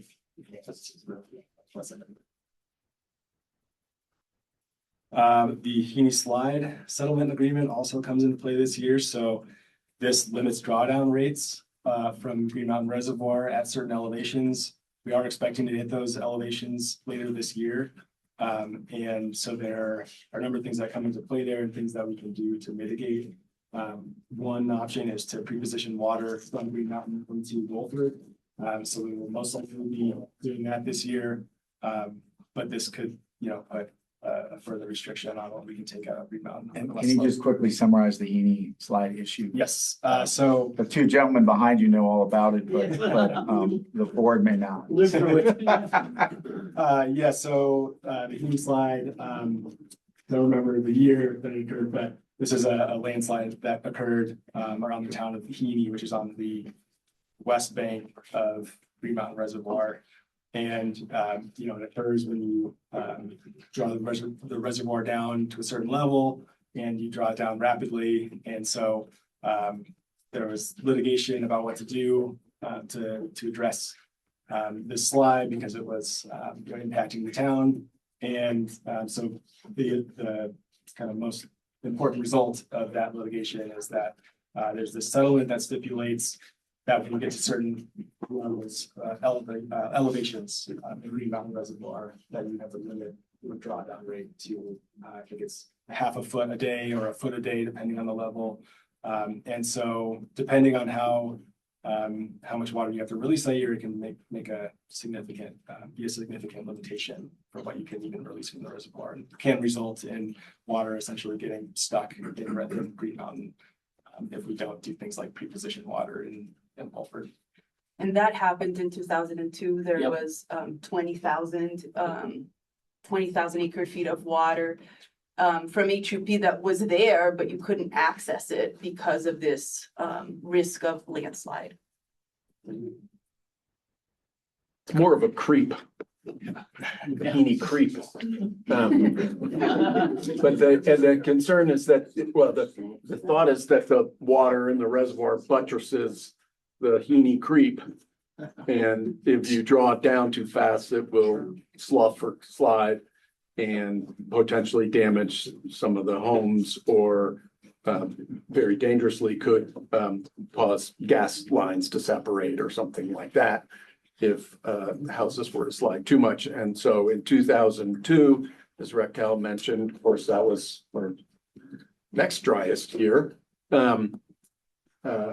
The Bureau of Reclamation informed the River District that it was going to effectively strand HUP water and other 100,000 acre foot pool water in Green Mountain Reservoir, but effectively flip up the pools in Green Mountain so that the 52,000 acre foot replacement pool, that is the pool that's used to offset depletions to the CBT collection system, were not impacted by the slide. A lawsuit ensued, brought by the River District. That's the lawsuit that Sam referenced, and resulted in the Heaney Slide settlement, which effectively, by the time that case was settled, the United States determined, well, it's not necessarily how low the reservoir goes, it's the rate at which you draw it down once it gets below a certain level.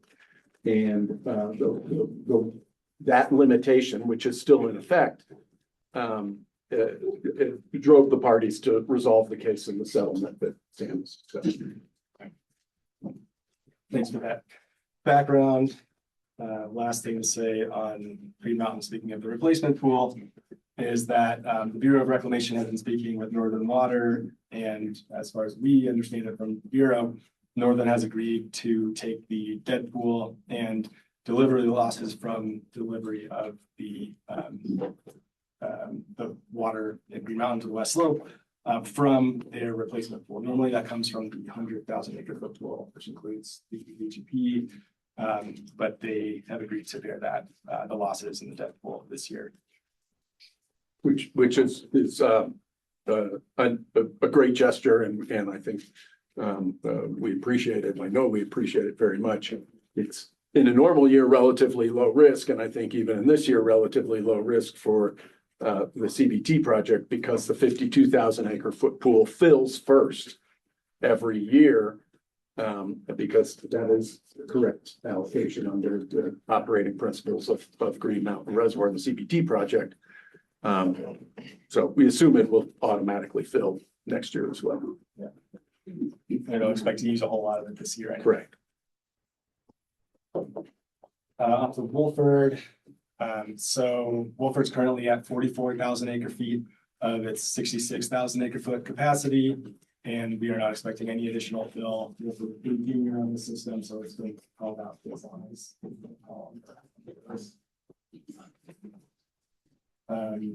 For releases this year, we expect to release somewhere in the ballpark of 5,000 acre feet for Denver Water's substitution to Green Mountain.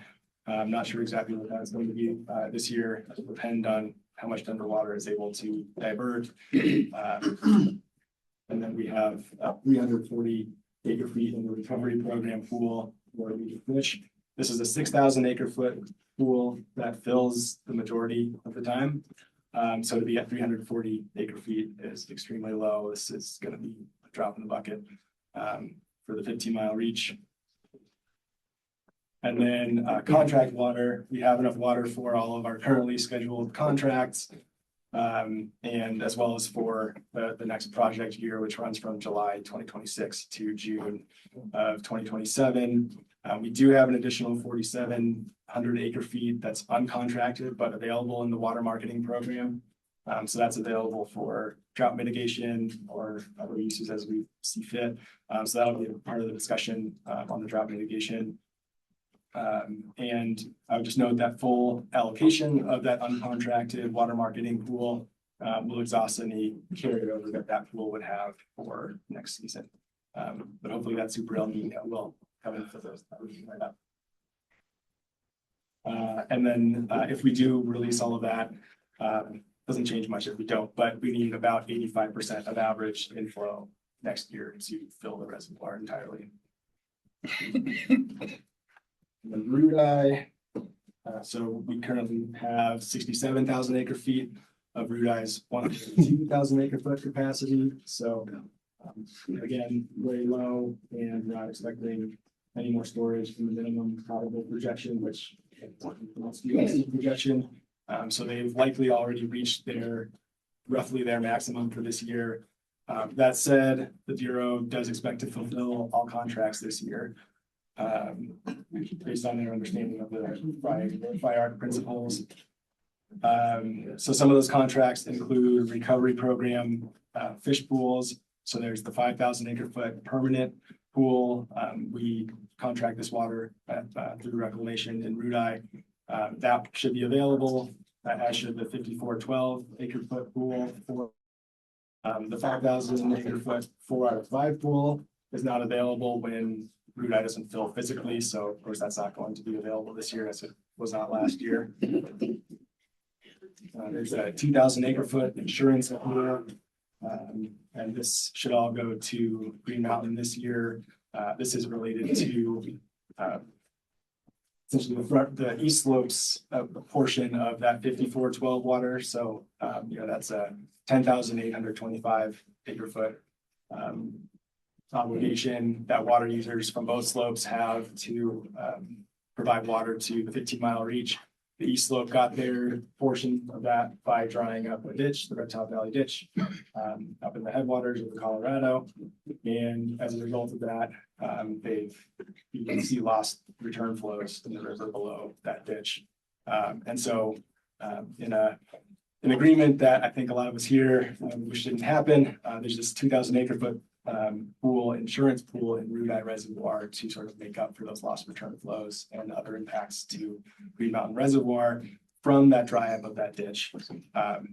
And the current operating policy, which is a draft, but it's nonetheless what we've been using the last handful of years when Green Mountain hasn't filled, is that in a year like this, when Green Mountain does not achieve a paper fill, that whole pool goes to fulfill Green Mountain demands. So that's what we're expecting this year. Then we have a roughly 4,700 acre foot capital fund pool. So this is a river district pool that will be allocated some water to the frying pan this past winter for anchor ice mitigation. We still have 753 acre feet available that was allocated for the winter release to be used this summer for the 15-mile reach. And then the remainder is potentially available for drought mitigation. So again, that's something. Yeah, and just to be clear, that remaining 753, with that 753, I should say, it's still available for the 15-mile reach is been contracted with the CWCB. The other portion of that was used this winter, but their contract allows them to use it for the 15-mile reach, and the enterprise has been paid for that. So that is what it will be used for this year. And then we of course have the 6,700 acre foot enterprise fund pool. So this is water marketing pool that we can market from UI, and we have 5,800 acre feet still available that has not been contracted but used this year as well. Yeah. On that bright note, that's all we have, but hopefully that tees up kind of the areas of the discussion. Take any questions now too. Questions? I guess I would ask, how many feet do you expect Route I to drop? That's a good question. Once it meets all these obligations? Yeah, I'm not too familiar with the actual elevations at their storage levels. I think they're expecting to get down to 20 or 30,000 acre feet. I don't know what that means. Out of 100,000 acre feet. Well, A puddle.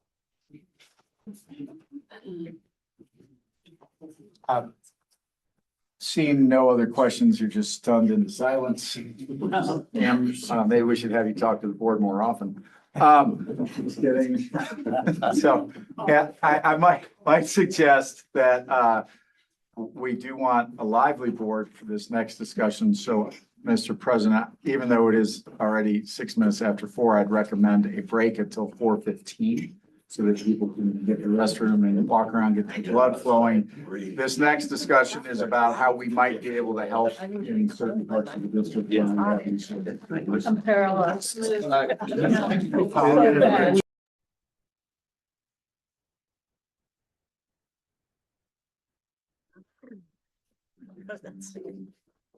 Well,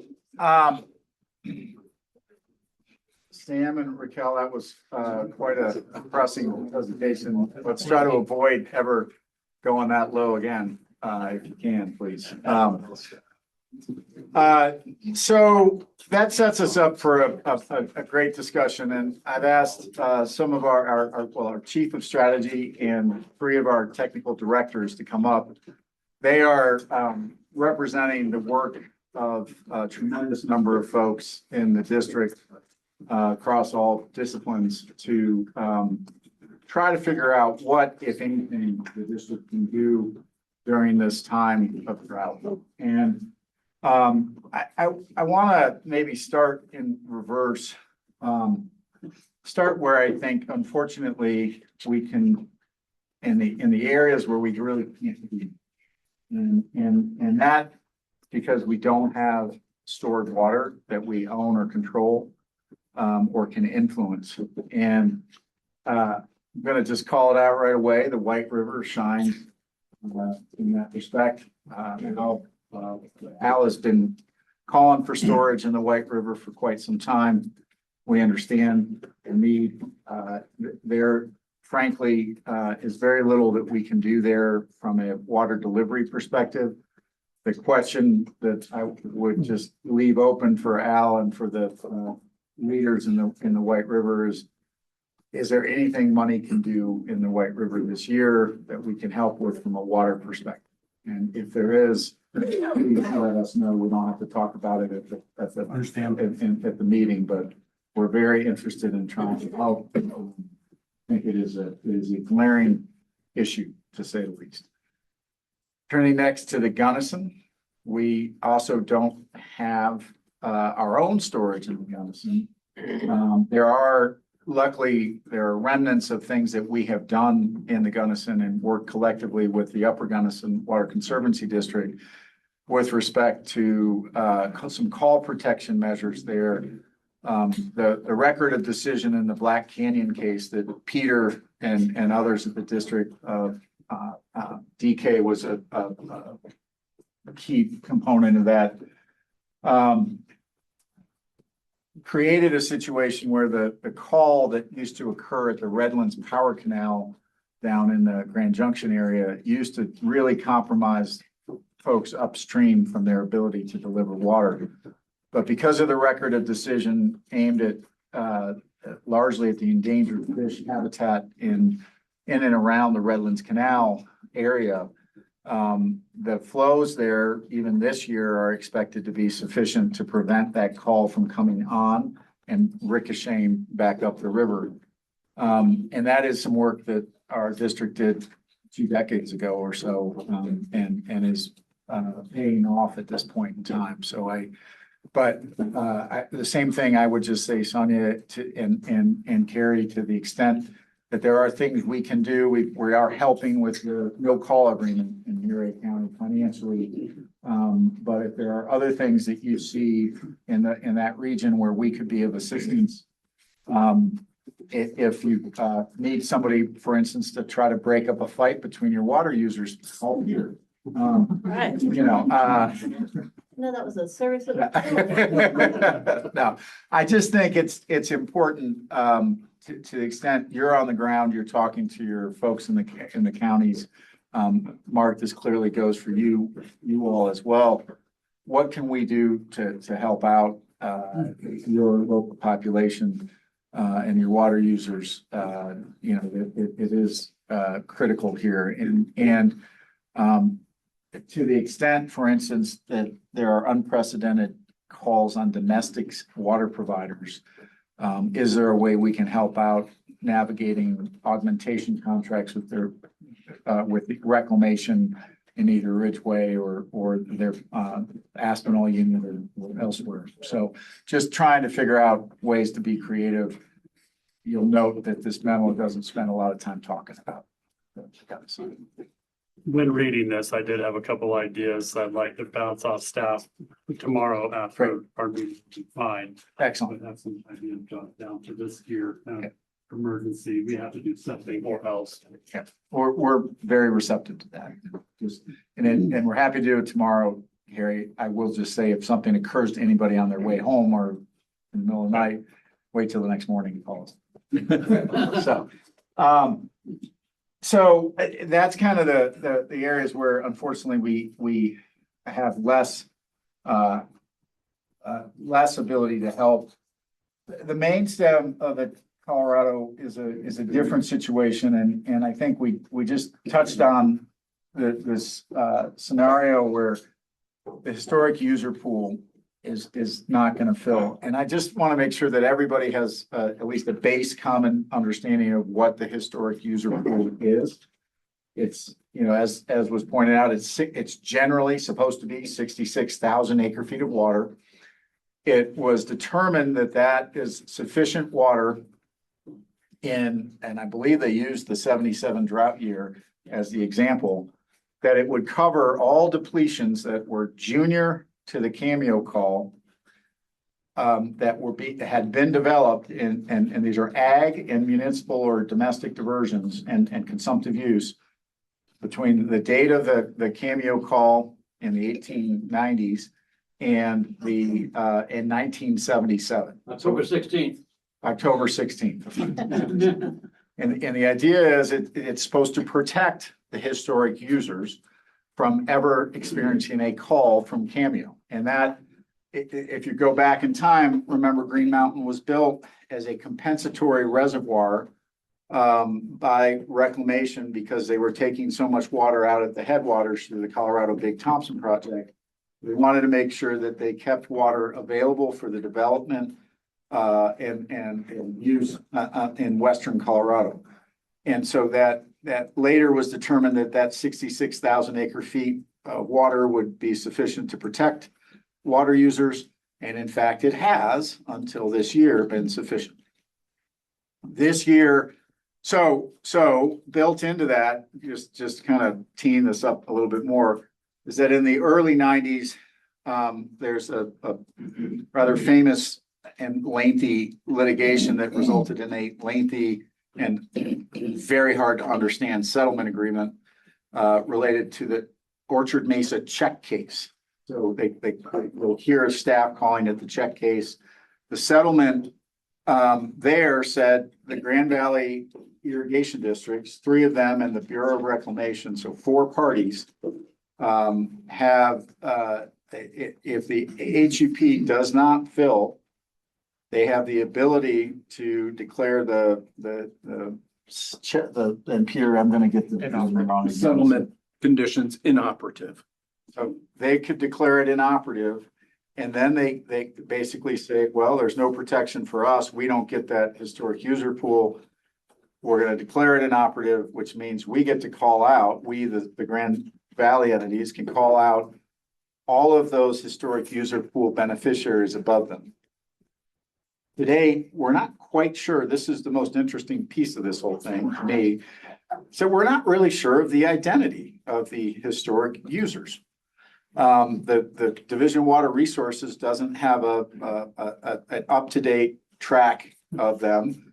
On the urban side, domestic side, there are approximately 300 plus domestic systems that rely upon protection from the historic user pool. They can range in size from Ute Water, the largest, to some small HOAs up in Summit County or even in Pitkin and Garfield counties, Eagle County. It's a wide variety of water users. Some of them in that historic user pool domestically have actually been concerned about the reliability of the HUP, and Ute Water being one of them, went out and bought a bunch of water in Rudeye in case this ever happens. They're a little more sophisticated than your average HUP. They have the ability to protect themselves this year, and they have said to me this morning, their general manager said, I'm really glad you guys are going to try to help everybody else out and help the irrigators potentially, but I think we're going to be okay, and we don't need to rely on your water, the river district's water, to do that. But there are also, do we know how many irrigation? Lots. We're talking thousands of irrigation rights that are also historically protected by that have never been called out. So the way this would go down is if we do nothing, we don't change our water marketing policies and strategies. We say, well, we have about 15,000 acre feet of water in the Colorado River for marketing this year. We'll take them as you come, and more sophisticated entities with their attorneys and their engineers will jump in and grab the water. Some of them may frankly be for uses that are not deemed critical, but they have money. Could be extremely wealthy ranchers who want full season protection for their trout ponds and other things. In our mind, at staff level, we're looking at this and we're saying, how do we prioritize this and how do we help in this situation where you have these 300 critical needs, domestic use needs, that some of whom have no idea, they don't even know what a historic user pool is, many of them, and don't even know that they've been benefiting and won't until DWR shows up and locks down their wells. Okay. And our indication is that DWR doesn't want to do that, but they have given no indication that they won't do that. Now, they've held off doing that previously in the Crystal River Valley. That was a different division engineer, different state engineer. It's not clear how that would go down. We'd rather not gamble and find out for our domestic water users on that. So we're looking at ways that we may be able to quantify that amount of water that they would consume. Ideally, we would get their identity and contact information and everything and through the press, let them know that we were providing, and it's, I think, a couple of 1,000 acre feet of water. We're working on It's a how moving much. target, but yes. Yeah, it's a moving target there. I just want to say Brendan and the team have been meeting with the Division of Water Resources staff here in Division 5 almost every day and for the last several weeks. And the situation is extremely dynamic and they're doing their best to try to get their hands around it and understand it, but it's really challenging. But basically provide water releases down to the irrigators in the Grand Valley to protect the domestic users. But in exchange, we would ask that those domestic users,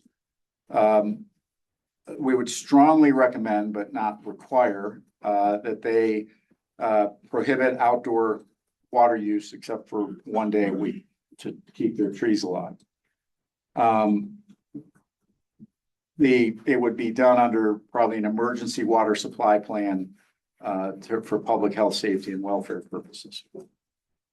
But that leaves all of the irrigators upstream who are junior to Cameo. Not all irrigators are junior, but many of them are. That would leave them and what we're looking at, and I want to hand it off to the team here, but we're looking at ways in which we could work with the Grand Valley irrigation companies to provide some amount of that water to their head gates, so that they will not declare the check case criteria inoperative and will not call out the upstream ag users until sometime. We can't cover them all summer. We don't have 66,000 acre feet of water.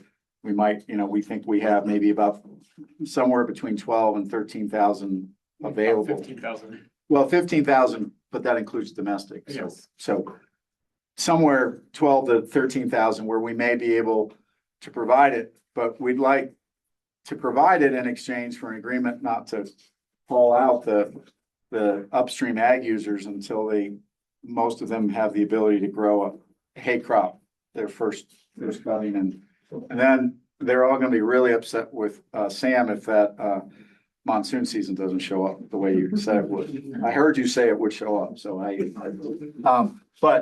but it's a way to help them. It's a way to get the water down to the Grand Valley. It costs a lot of money. That is an enterprise asset, except for a couple 1,000 acre feet sitting over in our capital fund. The enterprise is not taxpayer funded. It is a business enterprise of our district. It has very important economic needs and goals related to our reservoirs and maintenance and operation. This water is not free to the district. We need to figure out how to pay for it. We're talking with our partners in the state who have helped us pay for things in the past like this in creative ways. And we're trying to find a cost share that would be appropriate where the River District uses CFP funds and blends them with other external funds to basically do what we do best at the CFP, which is provide a catalyst and a great idea to leverage outside funding into the district to help solve problems. And so we're looking at that. It's a moving target. But we've got some interest from the irrigators down in the Grand Valley. There are varying levels of opinions as to how flexible they can be, and we're working through that. They've been great to communicate with. There are the DWR. I just want to say this, and then I'll turn it over. Many of you may have seen an article that was in the Colorado Sun. I believe it was the Sun, that Aaron, Division Engineer Light, from Division 6 was quoted criticizing the River District for doing something along the lines of what we're doing here, but up in the Yampa. If you remember, we stepped in to try to keep the call off in the Yampa several times, and we now have a programmatic response with the Water Trust and the Upper Yampa or the Yampa River Fund. The criticism leveled at us was these people need to learn how to get by in dry years and live with drought. And you shouldn't be trying to solve these problems. I will tell you that Jason Ullman, the state engineer, does not share that perspective, and in fact issued a statement to the press after reading that article that is not the position of the Department of Division of Water Resources, that he believes that creative solutions like those that the River District engages in are very important for our water users, and our water users are the mutual water users and constituents of the state and the River District, and that Division of Water Resources stands ready to help the River District solve problems like this. That very statement was repeated to us in a conversation with the Division 5 engineer, who is on board with trying to figure out a creative solution this year for these problems. So I just want you to know that we've got some help from our state partners on this one and at the Division of Water Resources. We all have to act within the law of prior appropriation and laws governing use of water and administration of water, but it helps to have an administrator who's at least doesn't condemn our effort to help our own constituents. So. And I just want to chime in too, as we kind of phase into what we're doing some more, that we have been meeting with the Division of Water Resources in Div 5, and I just want to call out Stephen and Sam and Caleb for all the work that they've been doing on this too. But I also want to call out Division 5 office. Their office has completely switched over. They have a new division engineer, new assistant division engineer.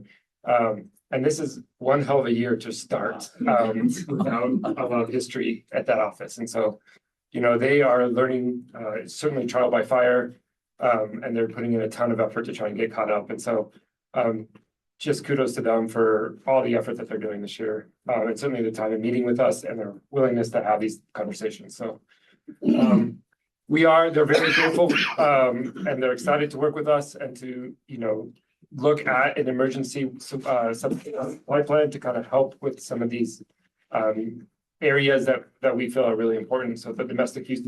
So as Andy called out, we are looking at those domestic users within the historic users pool, the HUP. We're also looking at the Green Mountain Reservoir contract pool. So there's about 10,000 acre feet of contracts in Green Mountain Reservoir that have no water either this year, some of which are domestic indoor users as well. So we're working with Reclamation to better understand who those are, maybe not who, but what type of demands, how much water do they release for those domestic indoor users? To understand that, we're trying to figure out what this HUP domestic use is, and that's why we've been spending a lot of time with the Division of Water Resources, is to make sure that our approach on that aligns to a similar number. And those are going to be the primary focus of what we want to help with. So we really want to help make sure that those domestic users have water throughout the year. And it's going to be the idea would be that it would be an umbrella plan. We're not going to have time to contact everybody or request or require a letter of, yes, I want to be included. The amount of time and knowledge and just awareness that it would take to be able to reach all those people and for them to be able to respond, it would take us the whole year. So As Andy was saying, it's just gonna be an umbrella plan and everybody would be covered by it, assumed to be covered by it unless they want to, or specifically asked to be not a part of it. And it would have these guidelines, as Andy said, of a limitation of, a request from us of a limitation to 1 day a week of outdoor watering, recognizing the severe drought that we're in. Yeah, and part of that effort in it, and I would say I'd like to extend it beyond the group of 300 domestic water providers that we're helping, is that in a year like this, literally, any water that we put on our lawns, those of us who live in cities, towns, villages, subdivisions, any water you put on your lawn is water that will not make it to the stream, that will result in extremely high temperatures and fish kills, that will result in less agricultural production in our district and local and regional food.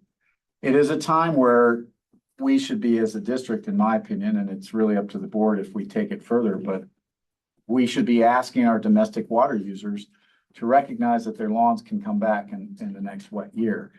Whereas our orchards and our grapevines and frankly, both endangered and non-endangered fish are not have the same flexibility in many situations. So trying to get that message across in a year like this is, to me, very appropriate.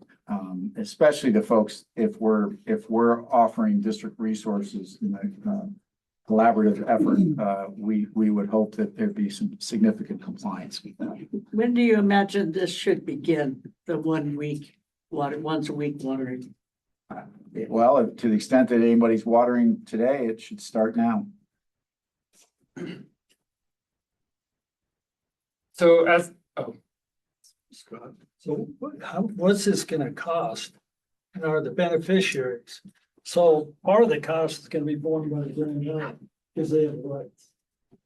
As I understand what you're saying, so the costs of moving that water, the beneficiaries, how do they share in the costs that you just described? That it's very expensive. I'm a little confused. They share in the cost through their taxes that they pay the river district, and to the extent we have other taxing entities that have public funds that are helping pay the enterprise.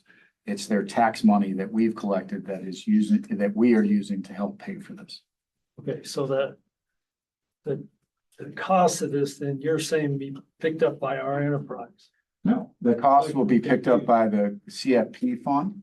Some portion of that, we're hoping for a typical split that we do, which is like a 20-80 split in that realm, where we're paying about 20% of the cost, and we'd be looking for outside assistance from other levels of government, frankly, that would help us. Now, those conversations are ongoing and we don't have commitments.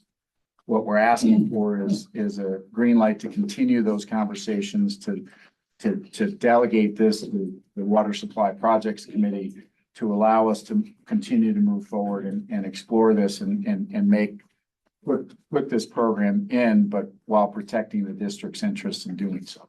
And I would go even further. I mean, the Grand Valley entities that are placing the call, as well as Shoshone, we are trying to make them as whole as we can to meet the domestic depletions, right? The domestic uses that are not returning back to the stream. But quite frankly, for DWR to go and turn off all those wells, one, I don't know that they would. Two, they would have to figure out who all they would have to shut off. And that would be a whole new process that likely they wouldn't even get to. And so by us giving this water and creating this umbrella plan, we are going to be releasing on behalf of a bunch of users that water then flows directly down to the Grand Valley. And so they are going to get those flows. So not only is this program happening, but I think they're going to see some real wet water from it that otherwise wouldn't be necessarily called out. And I think it's that there may never be a overall signed deal to implement this. Because you have so many signatures and we have to act quickly. But one of the other general ideas is they won't place a call until such time as this supply runs out. So they're sort of giving some right up, or at least refraining from exercising that right when they otherwise could, at least to some extent. In other words, they're ratcheting down their demands. And my understanding is that they are, at least two of them, the water users and OMID, have significantly ratcheted down their demands. I don't know for how long that is, even in the absence of this, just to sort of on the trial basis to see how low they can go and have their systems serve water. The benefit they get is, well, they get, in theory, they get more water now than they might get from, curtailing all the other water rights, because you just don't know whether everybody's going to be able to be curtailed. And even if they were, whether it's actually going to get there. So they get some predictability in theory on that as well. And if there is this additional supply, it potentially extends not only upstream irrigation seasons and takes the domestic in-house uses off the hook. It would extend the potentially extend the irrigation season in the Grand Valley as well. That's the sort of the overall concept. And I think one of the things we haven't worked through that we need to is whether or not, if we have this chunk of water, 10,000 plus acre feet there, that the question we will have for the irrigators is, when do they want it delivered? Because they could say right now and in lieu of calling, or they could say, no, we're going to limp along with what we've got, but we really need it in August when there's not going to be any water.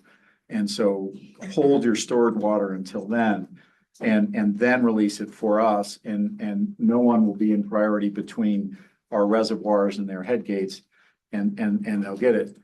I will just add that there is the added benefit that, we have a mix of constituents and interests. Delivering water in this year down to the Grand Valley will help the fish population and the environment. So we're not picking one over the other here. We are prioritizing domestic, but even that wets the stream and keeps the irrigators down the Grand Valley whole and protects those domestic users. But it's really how do we do this best? And we don't have all the answers. You can tell it is a motion or a thing in motion. And I just want to be clear, this board could say, well, this is so important, we want to all meet every time and we don't want you to delegate it to the Water Supply Projects Committee. Or you could say, no, we want to delegate it to that committee, or we want to delegate it to the executive committee. We work for you guys. You are, this is a big shift in policy. And so kind of a number of questions, we've got five different actions teed up for consideration and discussion. But we really just want to make sure that you understand how much this is in flux and how much we're not asking for permission to sign contracts and other things with our CFP funds yet. But we anticipate if we're headed in the right direction, we anticipate that coming up probably on a bi-weekly basis for a while. And so a quorum of 15 is harder to get than a quorum of 7 most of the times. Depends on the 7, I guess. But it is really up to the board. And I want to say there's also some opportunities to assist in Yampa as well. We have Kremling's got some issues with their water supply that we're working, our CFP team is working with them on. And Craig has reached out and is looking for water. We'll just say that if we're helping domestic users in the main stem, we probably ought to look at how we financially help domestic users in the Yampa as well, and to the extent we have the water available. So if we had water available in the White Owl. Can I borrow 300 million? Yeah. Yeah, we had it. Yeah. So. Can the pencil whip permit? Right. Well, do we want to just go through these different requests? Yeah. If you want to walk through that? I'm happy to, but, so the first action item that we're recommending, is to freeze all new Colorado River District water marketing enterprise contracts while staff works with constituents. The idea there is that we have a water marketing policy that says first come, first serve towards those contracts. And we're changing paths right now to meet the emergency conditions on the river. So we need to change that policy. Want to do these individually or? Yes. It's a short-term freeze. Do you want to walk through all five and Yeah, for how long? Well, Andy, how would you like us to do this? I mean, would the board's preference be to walk through all five and then have a discussion? Makes sense. Okay, let's do that. But just to go circle back to the question on the how long, I think it would be until there's further direction from either the board or whichever committee the board delegates to on the suspension of contracting. Oh, there it is. By the way, these, for anybody looking, these comment or these actions are on page 190 of the board's packet.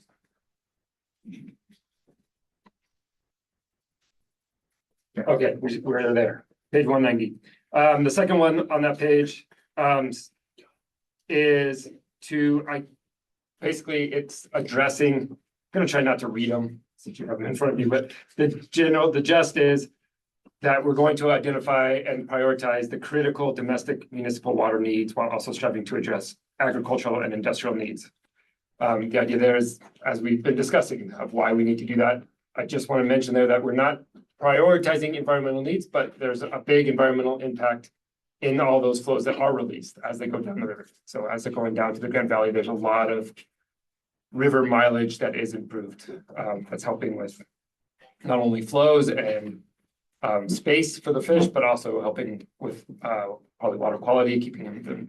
So just want to mention that. Number 3 there is that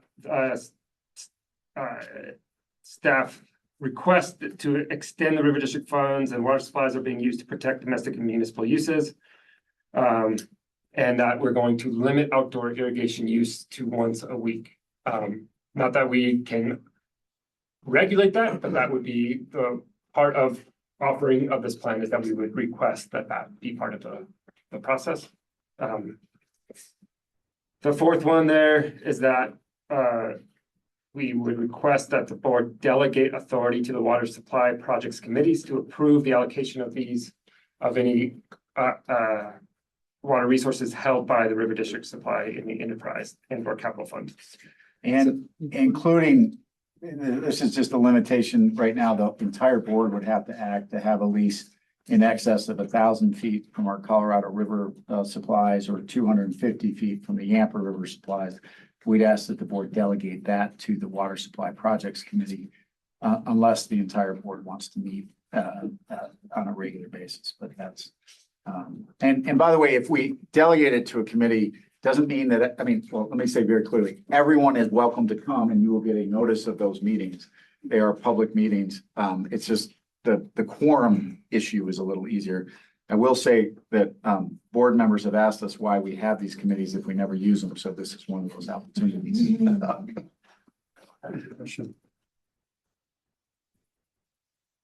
And the last one is, do you want to take the last one? Yeah, the last one is related to our CFP funds. So this is an authorization to contract and commit up to $450,000 from the CFP fund to either lease water from our enterprise fund, our capital fund, or other third parties to help us participate in these solutions for the 2026 water year. And we've given a menu of options of potentially delegating that authority of one to determine the allocation of that 450,000. You could delegate that authority to the Water Supply Projects Committee that may receive the authority to approve contracts. You could delegate that authority to the Executive Committee or General Manager, or of course, keep it amongst the full board as well. So again, there's a suite of options that the board can consider. I think that I'm sure I'm missing some key points in our memo. It's a lengthy memo, but I do think the gist of it is we're one of the rare entities that actually has some water in storage this year that we think we can apply to good use to help our water users. And if you think about the high country farmers who are, or ranchers, excuse me, who are HEP beneficiaries, helping them get one cutting of hay this year may be the difference between complete deherding and of their livelihood, having to sell off the herds. It also encourages comedy among our water users in the basin, right? We have this amazing coalition around Shoshone where everybody's going the same direction. And the one thing we don't want to see is a fight break out between different regions within the district, questioning each other and fighting with each other about calls that are being placed. So if we can help create a solution that helps as many people as possible, then I think we're doing our job and we're helping our communities survive an unprecedented drought. So that's where the other aspect of this, I would just say, the domestic providers, there are some other HEP beneficiaries for our domestic providers that at the nudging of the River District went out and got some phase 2 RUDI contracts back when that was happening in 2008-ish. Those entities, we would be looking to them to use their own supplies to augment their uses, right? So that our uses are again, our water is being maximally used to assist on the goals that we've laid out. So there's a little bit more nuance to that, but I just want you all to understand. And some of them may have supply that they don't require. Right. Even this year. Right. Could theoretically dedicate this effort. They could, and there are other third parties up at RUDI in particular that have contracts that we don't anticipate them using. Their industrial water users that were, or others that we're trying to reach out to see if they'd be willing to help us do this effort. And so we've done that in the past, and we're doing that again to try to figure that out. So it's kind of a multi-pronged effort, but it is where we think we ought to be as a district in solving problems and leading on these kind of issues. And you're gonna have to pay the people that don't use their water if they say, well, we're not gonna use it, but we would. Or have you had? We might ask for donations. We are gonna ask for donations, but we may, the reason there's an authorization to The money. pay the funds or third parties. That's the third parties that if they need to be paid, you know, that water will be of assistance, that we may use that. Yes. Thanks. Francie? So if we do this and they still run out of water before they're done harvesting or whatever they did it for down there, then can they call the upper, and what if there isn't any water there anyway? I mean, you know, the call may come after they don't even have water in their wells, you know? Yeah, I think it's the call that we are not likely to be able to cover the entire HEP, meaning we will not cover the entire season. So the question is, how does it best work for the Grand Valley irrigators who have the senior rights? When do they want the water and under what conditions? And we're hopeful that we can work out a situation where we aid the high country ag user, we aid the domestic users and also the ag users to get that one cutting. And then I frankly would anticipate the check case settlement criteria being declared inoperative in the middle of July, and that there would be no water available. And the Division of Water Resources will cut off the ag users because they do actually know who they are. So that's at least those who are junior to the CAMU. Not everybody is, but. Or junior teachers. Or junior teachers. Thanks for this presentation. I think these are good ideas, and obviously we're in challenging times. But I am focused on number 3. And, you know, the reason I think is because of implementation and being a local government. You know, just to be clear, personally, I'm gonna do you one better than once a week. I'm ripping out all the grass and putting in stone and, you know, all of the things. So I personally am very committed to that and I agree with it. And it's not just water conservation, it's fire mitigation where we live. So it's a big conversation. But I do think if we're going to be talking about what other local governments should be doing, it would be important to recognize that most of these also have in place their own water conservation plans. So, you know, I think just thinking about how is successful implementation of something like this, like would we then develop a resolution or some other thing they could pass that says, you know, this is the request of the community recognizing that we're in stage 2 water restrictions now, or like, how do we acknowledge that communities have already put into place some of these water conservation plans and measures, not step on toes, but at the same time be effective in getting the message out that we would like for them to ask their constituents to do something that is perhaps counter to what they've already adopted. Yeah, I think, Director Macy's, you raise an excellent question, and it's one that there will be various responses to this request, and the request has to be done in a politically appropriate manner. But it is, you know, the answer that we've received from some domestic water providers who I've talked to, that is, hell no, we're not going to reduce our outdoor use. They're less likely to get our help in the future, frankly, ever. And if they're not willing to be part of a solution, they can choose to be selfish. And we're going to cover them to the extent they're HUP beneficiaries this year. We're not going to force anybody to do it, but they got to understand, one of the things that's coming around here is every one of these domestic water providers that's out of priority this year, Division of Water Resources will figure out exactly who they are. They will all get notices that their augmentation plans are insufficient, and they all have to go out and find stored water to back up the HUP. Where are they going to come for that? Here.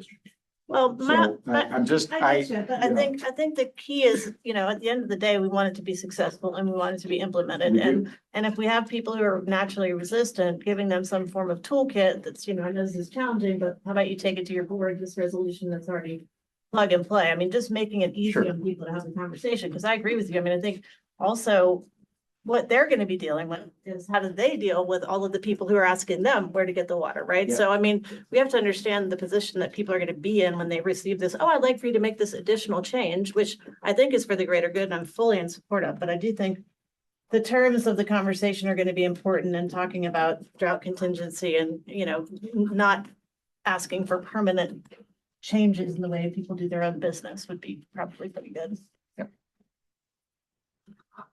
Just for point of clarification, I don't know what the well situation is, who has wells, but most of the water that I'm familiar with either comes through pipe or ditches. And there are a lot of domestic users that, what the Grand Valley or the water users, whatever, they deliver water down the canal to the head gate. Then the laterals pick it up at the head gate, and each lateral has its own organization. And I do know that with my home, we've already, we're off the water users. And we've already gone to night water.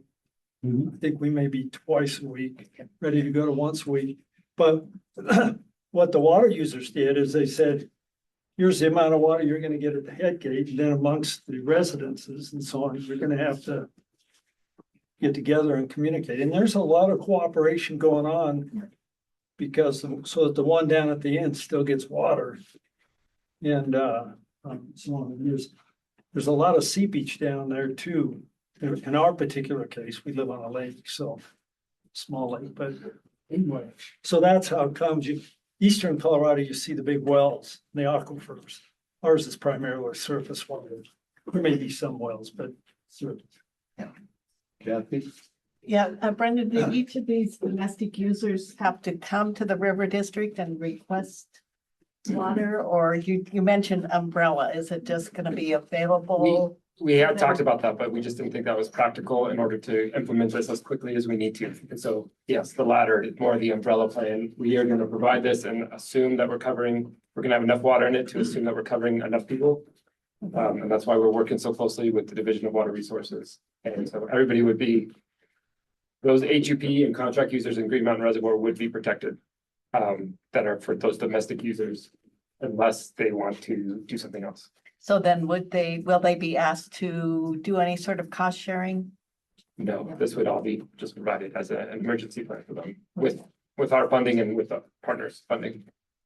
And then my other question was staff time. Do you have enough staff to do this, or do you see a big demand on additional staff time? Well, it is a demand, but I think, yes, I think a lot of us that have been working on it are very excited to be able to help in such an emergency and provide those services, so.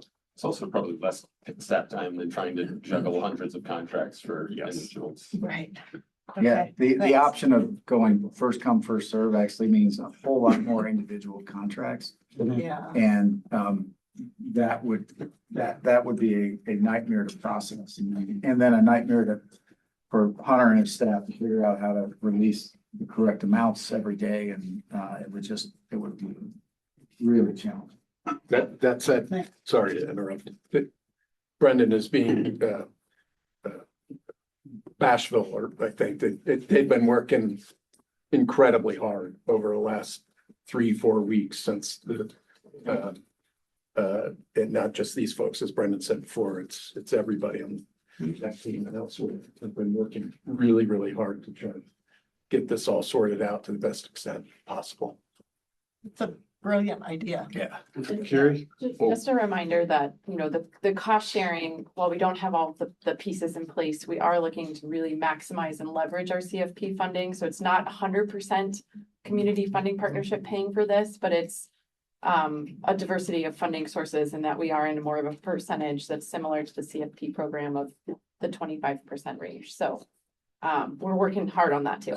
She's saying that to me to remind me that we're not giving this away. Right. That's her money and Melissa's money. Right. Melissa's sick today, so she's in there like, please tell. But it is I think it is a good example of, there are not a lot of funding sources that can be as nimble as the community funding partnership. And so I do think it's a good reflection of how we're able to step in and use those resources wisely while also still maintaining the core intent of that So program. what kind of partners, sorry, and who might be the partners? The partners that have asked, that we've been talking to, because they have not brought it to their governing boards, have asked us not to discuss that publicly, that we will be discussing it with, if it's the committee or the whole board, as we're approving or asking you to approve. But we want to respect, not get ahead of our partners. We're nimble, we're more nimble than our partners on some of these issues. Thanks. Gary, wait a minute. Carrie's up. Yep, that answered the question I had about who's gonna be help funding with that. I have another question, comment. This is tax dollars. I do want to make sure that we're spending as wisely as we possibly can. I see value in standing up a program that we can use in other years, learning something from this. I also think we're kind of sticking our neck out. We're taking water out of storage, not knowing what the next year is going to look like. I always think there's risk in that, but this makes sense to a degree. I also think that there should be some request. I like the idea of, if we're gonna release water, you're gonna conserve on your end as best you can. And I think that goes for all water users though in the system. Like, I'm a hobby farmer. I get that place wet when the creek is running high, and now it's not, and I'm gonna shut off. And I think that we should be encouraging water users across the base to be doing that. If you're just growing ornamental grass for no reason, and an onion field is gonna go dry and not put up a crop, let's be thinking about that. There's endangered fish between here and there. Like, I think we should be thinking broadly about who's using water and why, and making some press about this and saying, hey, we're sticking our neck out. We expect some conservation somewhere else in the system. I agree, Director Dennis, and I might ask Hunter and or Brendan speak to the supply issue, because that was a question that we batted around at staff level. The recommendation that we have this 15,000 acre feet of water came from our staff after they did that analysis. So I just asked, and I'm not putting it on your shoulder there, Hunter, but I just think it's important to know that you've looked at it and what your thoughts are behind it. The particular hydraulics of the Yampa and Wolford on Muddy Creek, what we're expecting to see there. So Yeah, I think I'll go to Elkhart first. It has a really solid supply. Even in a year like this, it looks like we're gonna fill. I think some of it is also just a philosophical approach. If we're not gonna use our reservoirs in a year like this, when will we use our reservoirs? This is it. This is why we built those reservoirs. So that's kind of a philosophical perspective on it. Wolford still has a solid supply, but as you can see from this year, there's no guarantee. We are not, we're not like a municipality. We're a raw water supplier. I think we're in a good position to be able to linear the water we have stored. And we will recover to the extent we can next year. And that's where we landed. All the water that we're including in this was part of our water marketing policy. Right. So we're not expanding that beyond what we thought that we could sustainably provide year after year, based off historical records. Now, going forward, we're learning it can change, but we are staying within that water marketing policy. We're not going beyond. Yeah. Wait a minute, Gary? Yeah, comment and a question. Comment is I'm all in. This sounds great. I thank you to the staff for putting in the time and effort into being creative and looking for ways to really help the people in the district. And I might also add, this is the second time today, we're gonna fix the interstate compact issues. And now we're gonna at least have some effect, hopefully a good effect on some of the water shortages. My only question, real quick question is, what does 450,000 mean to the CFE? What's the annual revenue income? Yeah, I can speak to Director Martinez. So for this year, for annual allocation of CFP, we of course have our base of 4.2 million. We have also typically made significant general fund transfers, and trying to pull up the one from this year unless Ian has it off the top of his head. 2.7 this Yes. year. So with our allocations of what we've awarded to date, we're at about 4.7. That includes 4 million dedicated to finalize our 20 million contribution for Shoshone. We're looking at a fund balance of about 5 million remaining. So CFP, I think, is in a healthy situation to support the 450,000. Yep. Good work. Alvin's up. Domestic water users. We've got a lot that we flushed out last year that were domestic, meaning they have small wells along the Sturt River bank. And those really work more like a small infiltration gallery, but they are a well, but they're all labeled as domestic. And I see in here you have domestic or municipal water users, and you're looking at the potential to ship a fair amount of water with transit losses just to fill one well for maybe a small household. And that, because that's what we had, is there's some places there were just 2 people living in there, but they had a couple dozen chickens, some ducks, things like that.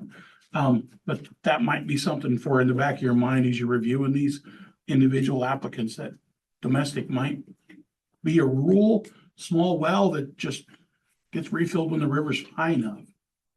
So we are not going through every single user. We are looking on really broad data. I kind of figured that, but that doesn't mean somebody's not going to come to you. 100%.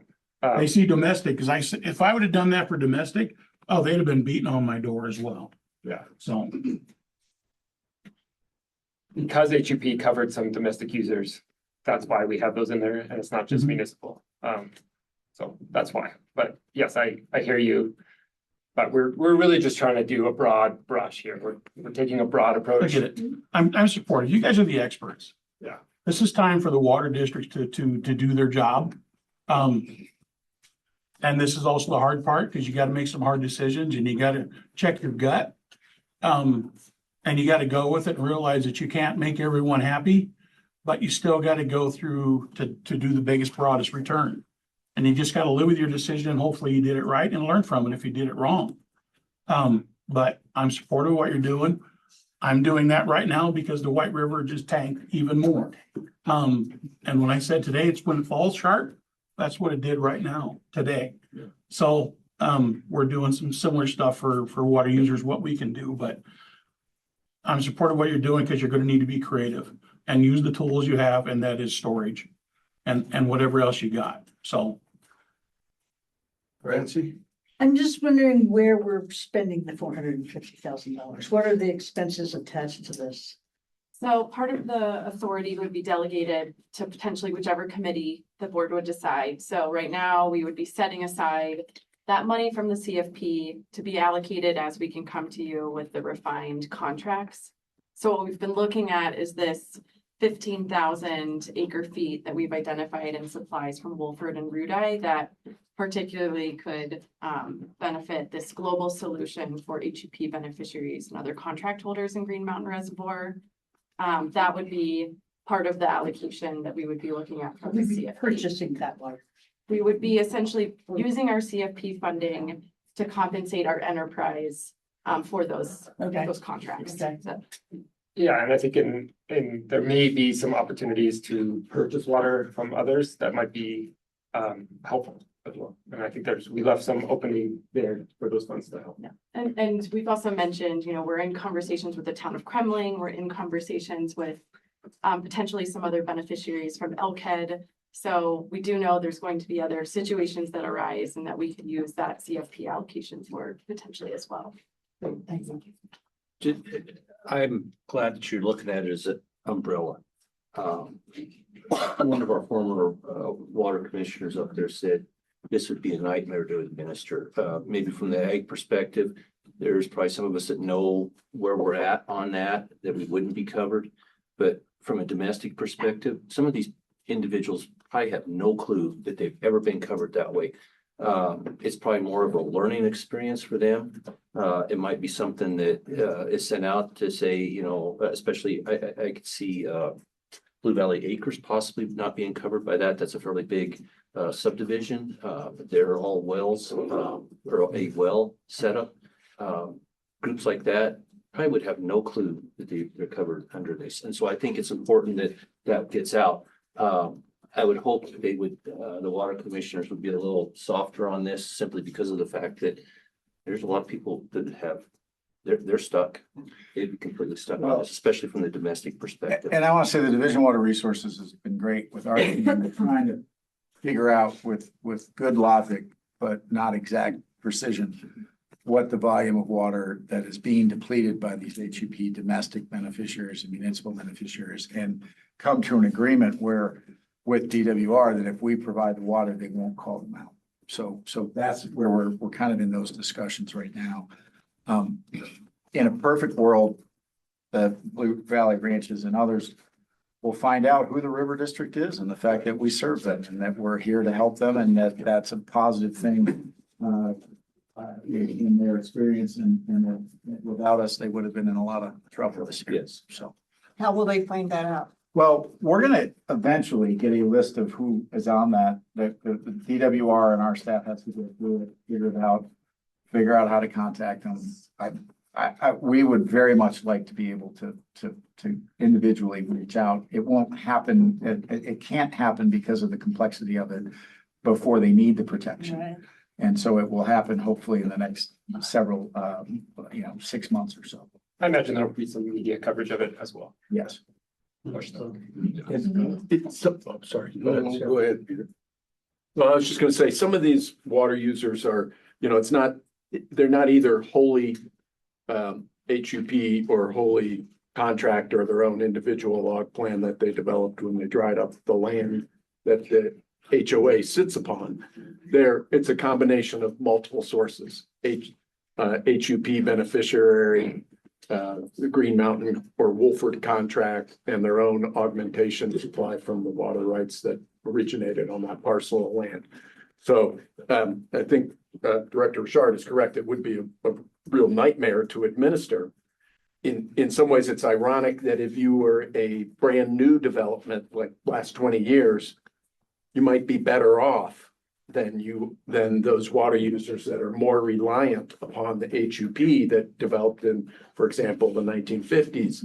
Because for the last 20 years or so, if you go to get a new water right, the division engineer said, well, you're not getting a new water right until you augment 100% of your depletions. And so they would go get either from their on-site sources, supplemented by either Rudai or Wolford, 100%, coverage. And those folks in theory, are covered even today to the extent those contracts and their native supply are viable. Whereas this big umbrella plan that the HUP effectively is, it's effectively a large umbrella augmentation plan, was developed for good reason at the time, to be effective without individual water users coming and getting a little piece of the HUP. It just is the amount of water that was needed to meet those needs as of October 16, 1977. Yeah, so I'm glad you're using a committee, because I'm one of those people that say, we have these committees, I don't even remember which committees I'm on. I'm aware of it. I've heard that from. That's right, so I think it's, I think it's a great idea, and to give you as much flexibility as possible. I just don't think $450,000 goes as far as it used to go, so is this just the seed money, and then you're dependent on the success of this and other donations, and if the donations don't appear, then you come back to us and we end up underwriting this thing, or do we cap it at 450 or generally in that area? I mean, give me an idea of the budget. We're gonna do our best to cap it. The numbers on 15,000 acre feet of water at our ag prices below the Roaring Fork is 72 bucks an acre. 63. 63. Yeah, we've done, if we charge the ag rate at 62, we'd be looking at about 950,000 ballpark for just the root eye and wolf root supplies. So again, we are making a huge push that we want our CFP funding to be leveraged. And so we felt like the up to 450,000 is a pretty significant investment from that fund. And I do think we have some promising avenues of potential support. Yeah, potential financial participation, but then also it's not limited to those 15,000 acre feet. We're also looking at other parties who have water that we may be able to get them to release this year in exchange for some money. So that is not the cap. That's not the ceiling of potential expenses. In my mind, it could go significantly higher than that. But not higher than the 450 because we're trying to get other people. I would think so. Right, put them in, but my guess is you're gonna have to come back maybe. I'm not sure that does a lot. Well, we got a good. Depends on how good Amy and Brendan are at negotiating, I guess. I think it's important to recognize that, right, we're operating under a pretty quickly evolving situation. So we've done our best to provide these slate of action items, but really in all things drought, whether it's how we're communicating or how we're, working together as a team, we're having to operate under, here's what we know today, here's what we don't know, and here's what might happen next. And I think that's how we attempted to structure this conversation and the action items that we have today. And of course, we're gonna, whether it's relying on the full board or committees, have to continue to communicate, okay, here's what happens next, or here's what we recommend. Well, and as Carrie said, we're gonna learn a lot from this too, because it's probably gonna happen again. We will kind of pass through the forest. Well, So Amy, how, mainly talking about the HUP, like up in the Yampa, where we may have one municipality. And probably that's all I know of at least.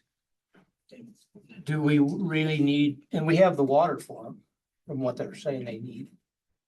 In Elkhead, besides what we've already typically contracted. So do we really need to have a one size fits all as far as the freeze goes? Because those entities might want to know fairly soon. Yeah. So, well, we have other competing interests in the Yampa that are looking for contracts, and we like direction that domestic comes first, Tom. Fair enough. Okay, that's what we're asking for. I think Okay, so. so I want, if we're on a first come, first served, the city might not be fast enough, and we need to make sure. This is a priority. This is. Yeah. That's why we're talking about it. Yes, so. I'm anxious to talk about it. I'm not. Okay, I'm just saying, there are others who might want that water for other purposes this year. and have talked about it, and we would like to make sure that for the municipal system. If you direct us to hold it while we prioritize it for that municipal purposes, we'll make sure that it goes to the municipality. Well, so it might not be mutually exclusive there. The municipality might want it and they might make a move soon to tie it up. They might. And we have to decide how we're gonna, whether it's take or pay or whether, what is it? And I'm not saying what I think, I'm saying we need direction. I think we will get direction if you refer to the Water Supply Projects Committee, they will. But we'd like to make sure that we don't have an offer on a contract that prevents that water from being available for municipality. Okay, so that frees, but the municipality is under contract as well. So, what direction have we given the committee on what the contract should look like? Right, we haven't, and I would defer to our tech staff in terms of how they're thinking about it, the legal staff, but. All right, let's talk about that. And what was that, what the contract? Well, with that contract, how would we structure that contract with the municipality, for instance, if we're gonna, all right, and which I agree we should. Yeah, I think as Andy pointed out, we prioritize municipal uses first. And then in terms of a deviation from just our standard contract, I think that would be direction we would need to get from the Water Supply Committee. Am I right? Yeah. Yeah.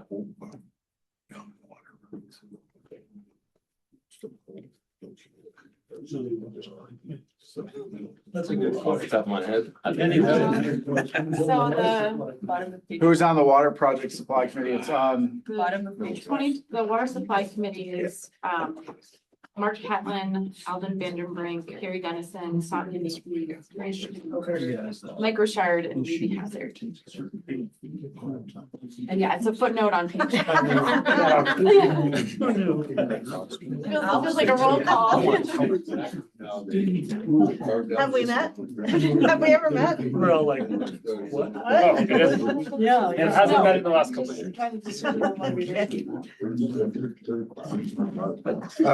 I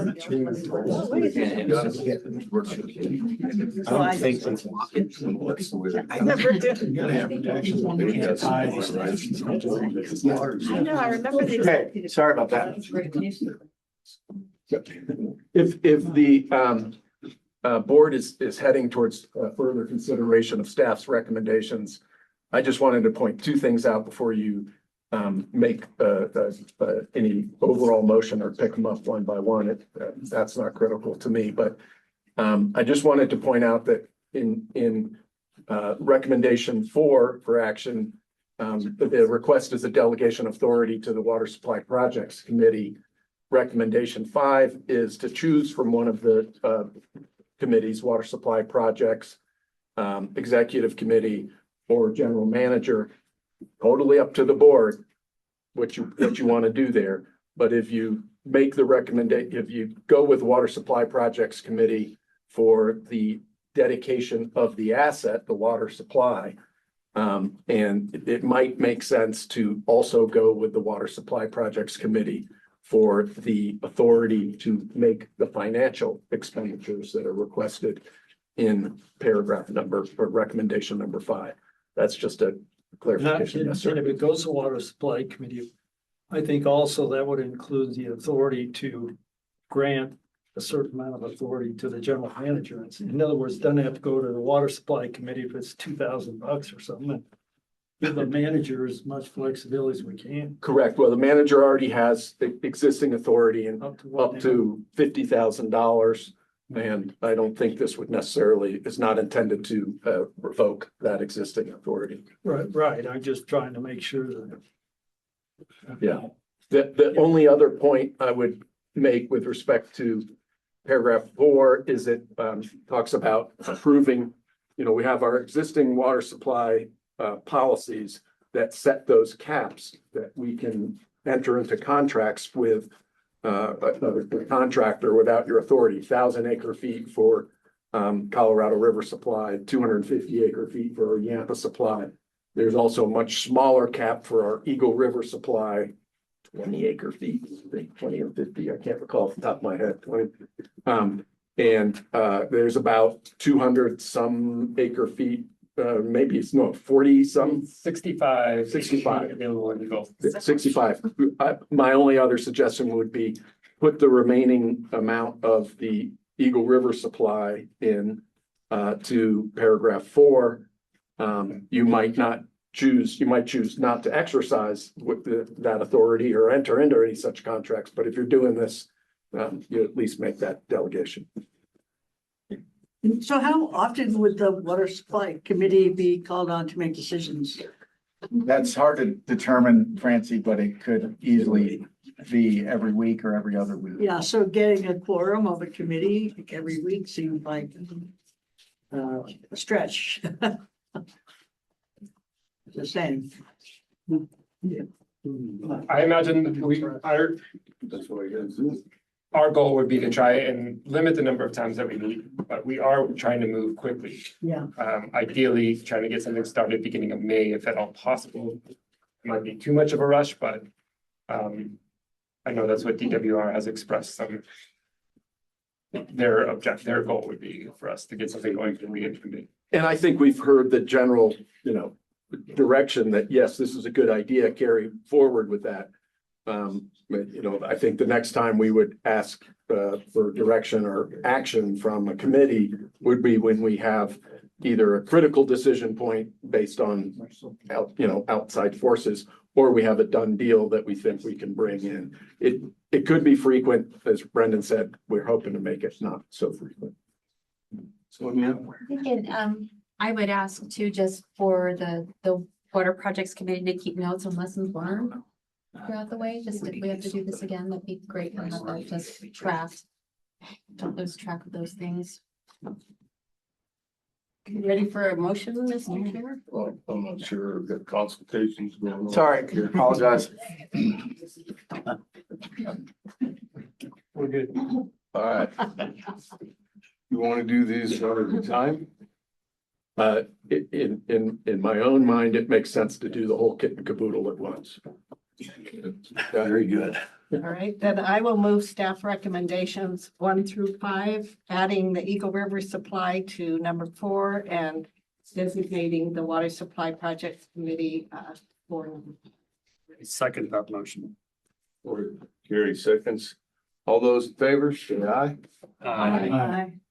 Opposed? Motion passes. The water business. And I do want to say that Water Project Supply Committee members were very happy that you are agreed to accept that delegation, even if you don't get to vote and accept it. And also want to thank the Lord that Stan is not on that committee, so you have a better chance of having more.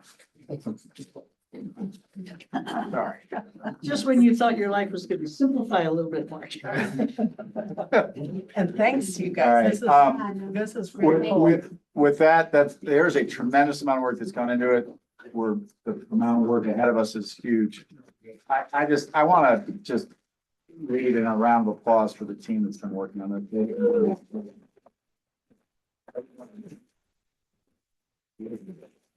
So, 28 minutes from now, we are having dinner at Smoke. Smoke is very close to the hotel that you're staying at. We meeting there. It's the barbecue place.